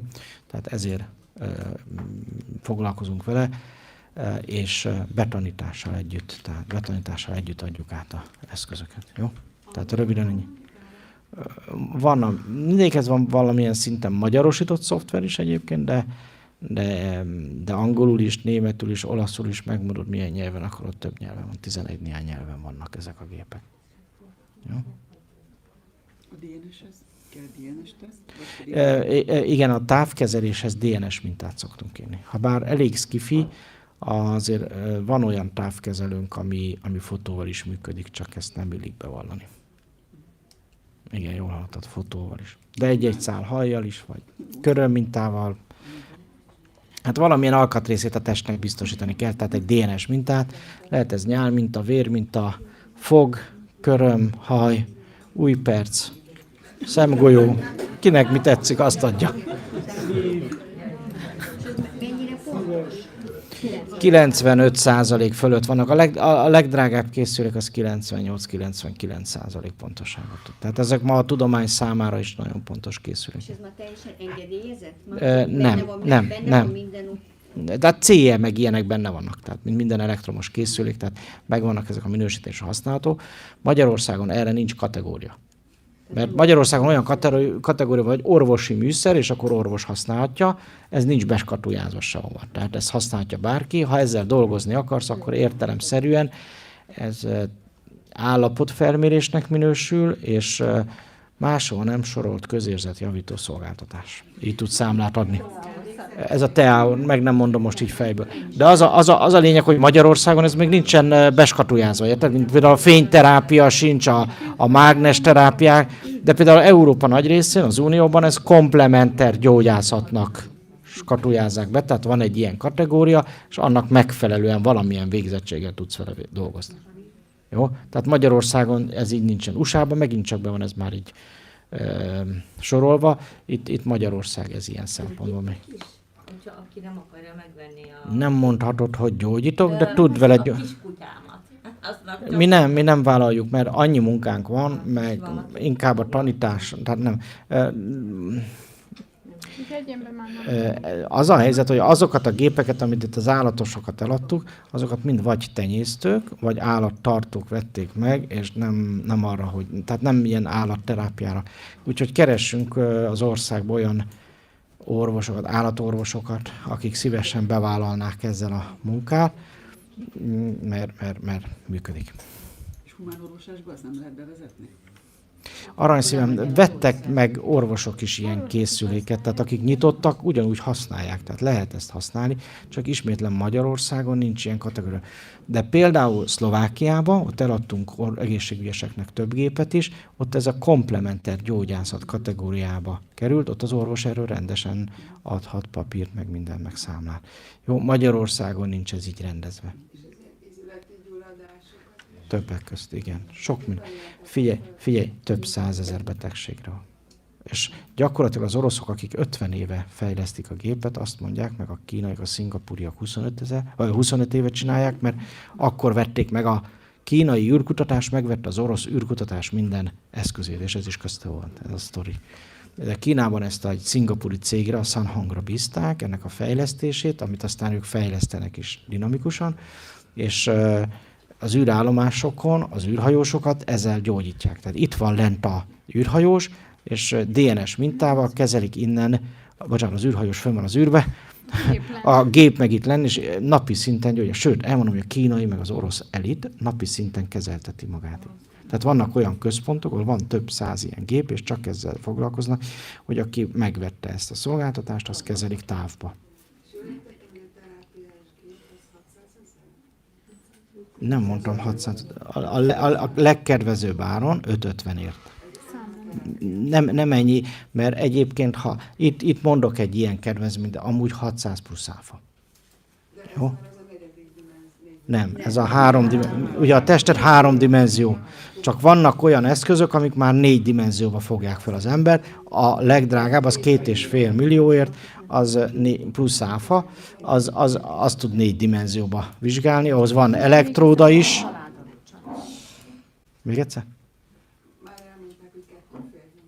Az a csúcsgép. Ez egyébként bárhol máshol Európában megveszed, az 6 millió plusz áfánál indul. Ne haragudj, megkérdezem, hasonlít a Kovács Magyar Andrásnak a... Nem. Az biorezonancia. Ez nem biorezonancia. Jó? Tehát a kettőt nem szabadna összekeverni. Ez NLS technológia. Jó? Hát itt nanométeres. Tehát azért a szervezet az nanométerekbe gondolkodik, nem milliméter. Abban is segít, sőt, hát ki is írja, hogy mire vagy allergikus, tehát milyen oltás, milyen reakció, mi az, ami még aktív benned, de ezeket ki is lehet iktatni vele. Ezt persze, sőt, DNS szinten tudsz vele kezelni. Tehát az összes DNS szakaszra, több mint 200 ilyen DNS szakaszra tud kezelni. És akkor úgy kezelsz, hogy mondjuk van egy emésztési zavar, akkor kezeled az emésztőszervet, kezeled annak a szövettanát, annak a sejtállományát, kezeled adott esetben a biokémiáját, és kezeled még a DNS-ét, sőt a kromoszómákat is. Tehát teljes körűen tudsz, teljes mélységbe. Nem egyszerre. Igen, ezt már az 500-as is tudjuk. Nem egyszerre, hanem egymás után. Igen, szépen. Be lehet állítani automatizálva is. Lelki szinten is gyógyít, tehát maradandó. Igen, érzelmi, mentális szinten is, az is biokémia. Meg fogja mutatni neked, hogy például milyen lélektani folyamatokkal dolgozik az ember, milyen mentális folyamatokkal dolgozik az ember, mik zajlanak benne, és ezekbe is bele tudsz dolgozni. Sőt, még, hát most mondom, ilyet például az átkokat is látja, és ki lehet vele ütni. Habár az összes magyarnál az átok mindig jelen van, akármilyen érdekes, amit mondok. A németeknél, egyebeknél nincsen úgy ott az átok, de a magyaroknál mindig van, ezt nem is tudom hova tenni még. Hát, ja, lehet a turáni átok, nem tudtam még eldönteni. Igen, tudjuk azt is stimulálni vele. Tehát az a lényeg, hogy a szervezet, amit krónikusan probléma, azt nem ismer fel már problémaként, és leáll vele az öngyógyítás. És akkor rá lehet venni, hogy akkor kezdj el itt is az öngyógyítást. Igen, föl lehet ismertetni gyakorlatilag a szervezettel, hogy foglalkozzon vele. Nem tudom, hogy így érted ezt a mechanizmust. Tehát mindig az öngyógyító funkciókat stimuláljuk ezekkel az eszközökkel. Kérdés, hogy főleg a korona óta sokat lehet hallani, hogy medpet, ez a technológia, hogy medpet, az ágyat, kifilmek és vagy befektenek és akkor az, hogy végigmegy, és akkor meggyógyít. Igen, jó, drágák, igen. 600 000 van, mennyit mondták,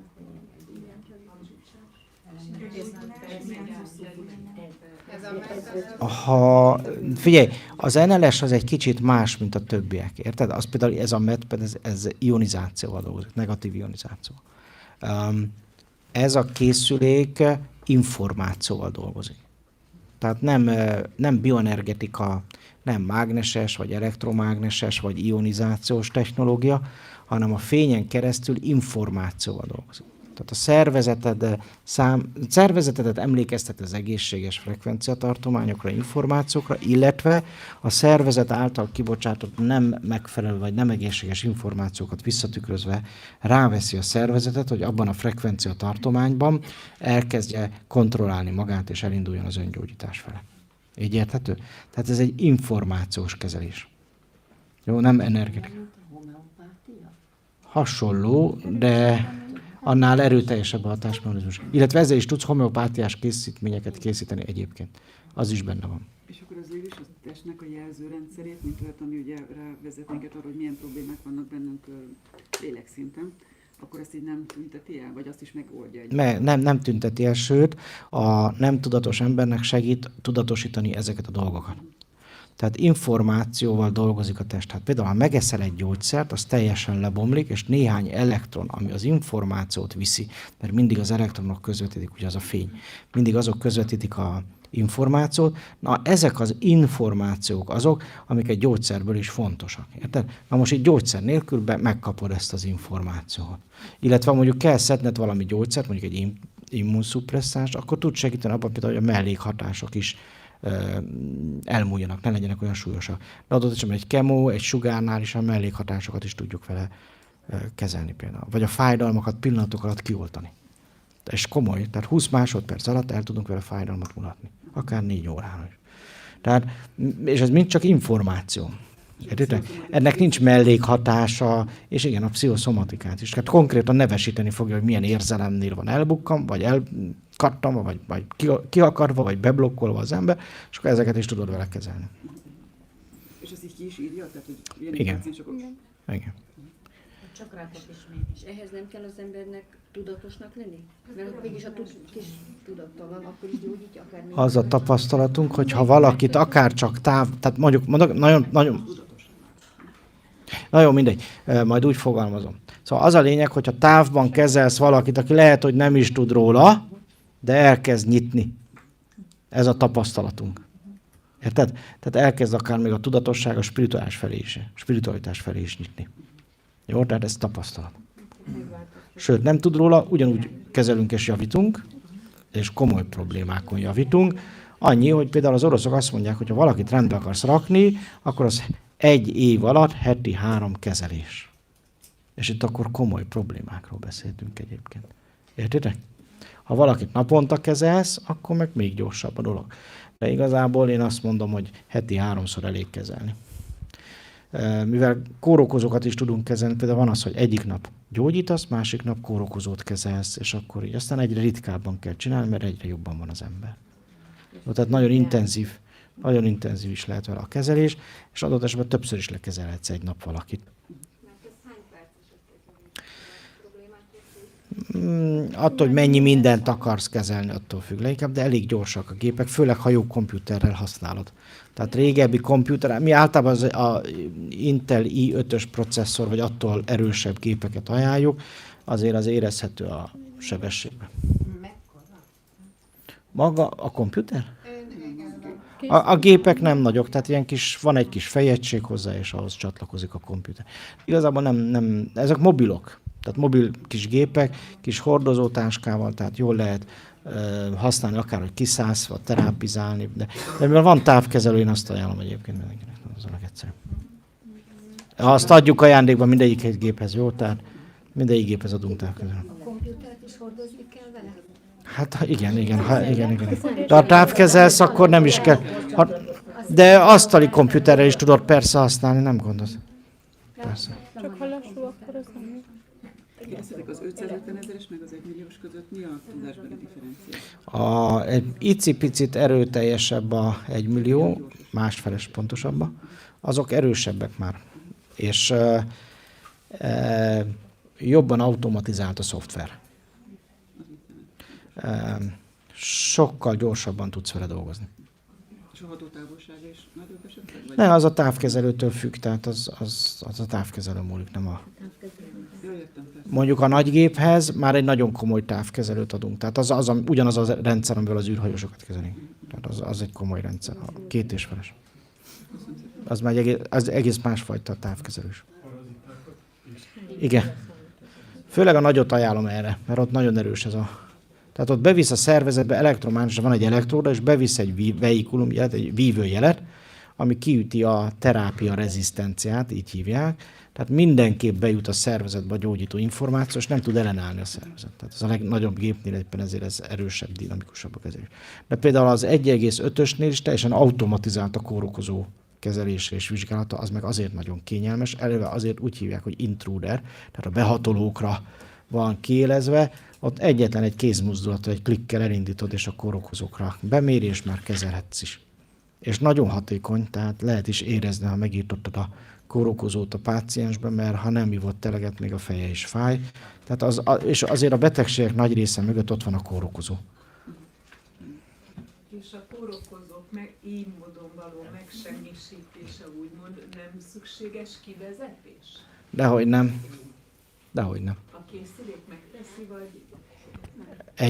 Egyrészt meg tud a készülékkel is tenni, másrészt többet kell inni. Egyébként, ha viszonylag jól van az ember, akkor azért az kivezetődik. Ha vannak gondok, akkor még szoktuk mondjuk a klorofilt ajánlani. Ismerős talán a klorofil, mert az történik, hogy a kórokozókat kivezetjük ugye a sejtekből a vérbe, és ugye a toxinját, a kórokozó elpusztult részeit, aztán a klorofil segít. És akkor ezt szoktuk még a humicin kúrával, meg diétával összerakni, és akkor ez nagyon hatékony szokott lenni. Mennyi az élettartamány? Alga is lehet a kivezetőben, csak A folyékony klorofilekkel jobban jársz, mert jobban felszívódik, de a legjobb az infúziós. Mert van infúzióban is klorofil. Élettartalma, hát ha vigyázol rá, akkor nagyon sokáig tartanak. És pár évente, hát az egy pici kis lézeres LED, ami bevilágít a hallójáratba, és onnan utána érzékeli azt is, tehát meg fölvillan és érzékeli, hogy van-e visszaverődés vagy elnyelődés, és önmagában vigyázol a rendszer, hát ez jó pár 10-15 évig ki kéne, hogy szolgáljon. Tehát ez nem egy olyan rész, ami elamortizálódik, hát csak vigyázni kell rá értelemszerűen. A softlézernél van egy olyan, mint 7000 amperóra például. De ott másnál, mert amikor ilyen nagyon erős softlézereket használnak, akkor az a lényeg, hogy nagy kilojoule-lal dolgozzon. Nem ennél, amikor diagnosztizál, nem ennél a készüléknél, hanem a hagyományos készüléknél, ott nagy energiát kell kifejteni, és ott ilyen kristályokat használnak erre, hogy gerjesztjék ezt a lézert. Ezek meg lézeres ledek, ez egy másik kategória, más a technológia, ez tovább bírja. Tehát ezek ilyen 50-100 ezer órákat bírnák, ha folyamatosan égne, viszont nem ég folyamatosan, csak pillanatokra. Tehát más a elhasználódás. Jó, a komoly soft lézer lámpáknál viszont ugye ottan más a technológia, inkább így mondanám, más a fény gerjesztésének más a folyamata. Jó, ezek a ledek minimum 50 000 órát bírnának folyamatosan, de egy-egy használat során csak pillanatokra, sőt másodpercek töredékkére kapcsolnak. És ha még van neki besodás, amivel akkor lehet csak a lézert? Persze. Hát percekig tart akkor egy ilyen kezelés. Igen, hát ha mondjuk egy olyan 150 dolgot meg akarsz velük nézni, akkor mondjuk egy 10 perc. De 150 pontját megnézni a szervezetnek, az gyakorlatilag egy teljes körű fölmérés és szűrés, tudod? És akkor meg lehet azt is csinálni, hogy csak néhány dolgot nézel meg, vagy meg lehet csinálni, hogy mindent megnézel, 851 részét a testnek, akkor viszont 1,5 órát is elfotörészik, de nem kell annyi mindent megnézni, tudod? És ugyanakkor meg a visszakezelés 1,5 óra. Mert fél óra alatt megnézi az egészet, és akkor mire mindent visszakezel, meg 1,5 óra. De akkor már 850 pontján mérted be a szervezetet, és kezelted vissza, ami egyébként alapban fölösleges, mert a gép kijelzi mindjárt a vizsgálat után, hogy mi az, amit kéne kezelni, mi az, amit nem. Jó, tehát azt is szépen osztályozza. Tehát laikusok is könnyen használják, ez a lényeg. Főleg a komolyabb gépeket, tehát a másfeles, vagy a két és büdös vásárlást. Vagyunk 100-an, 22 ezer fejenként.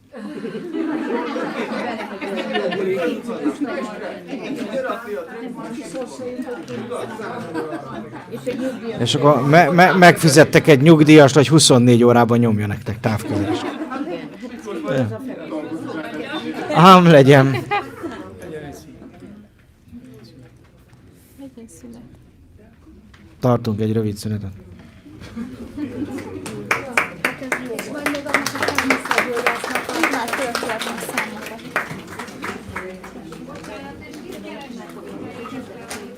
Mindig a télap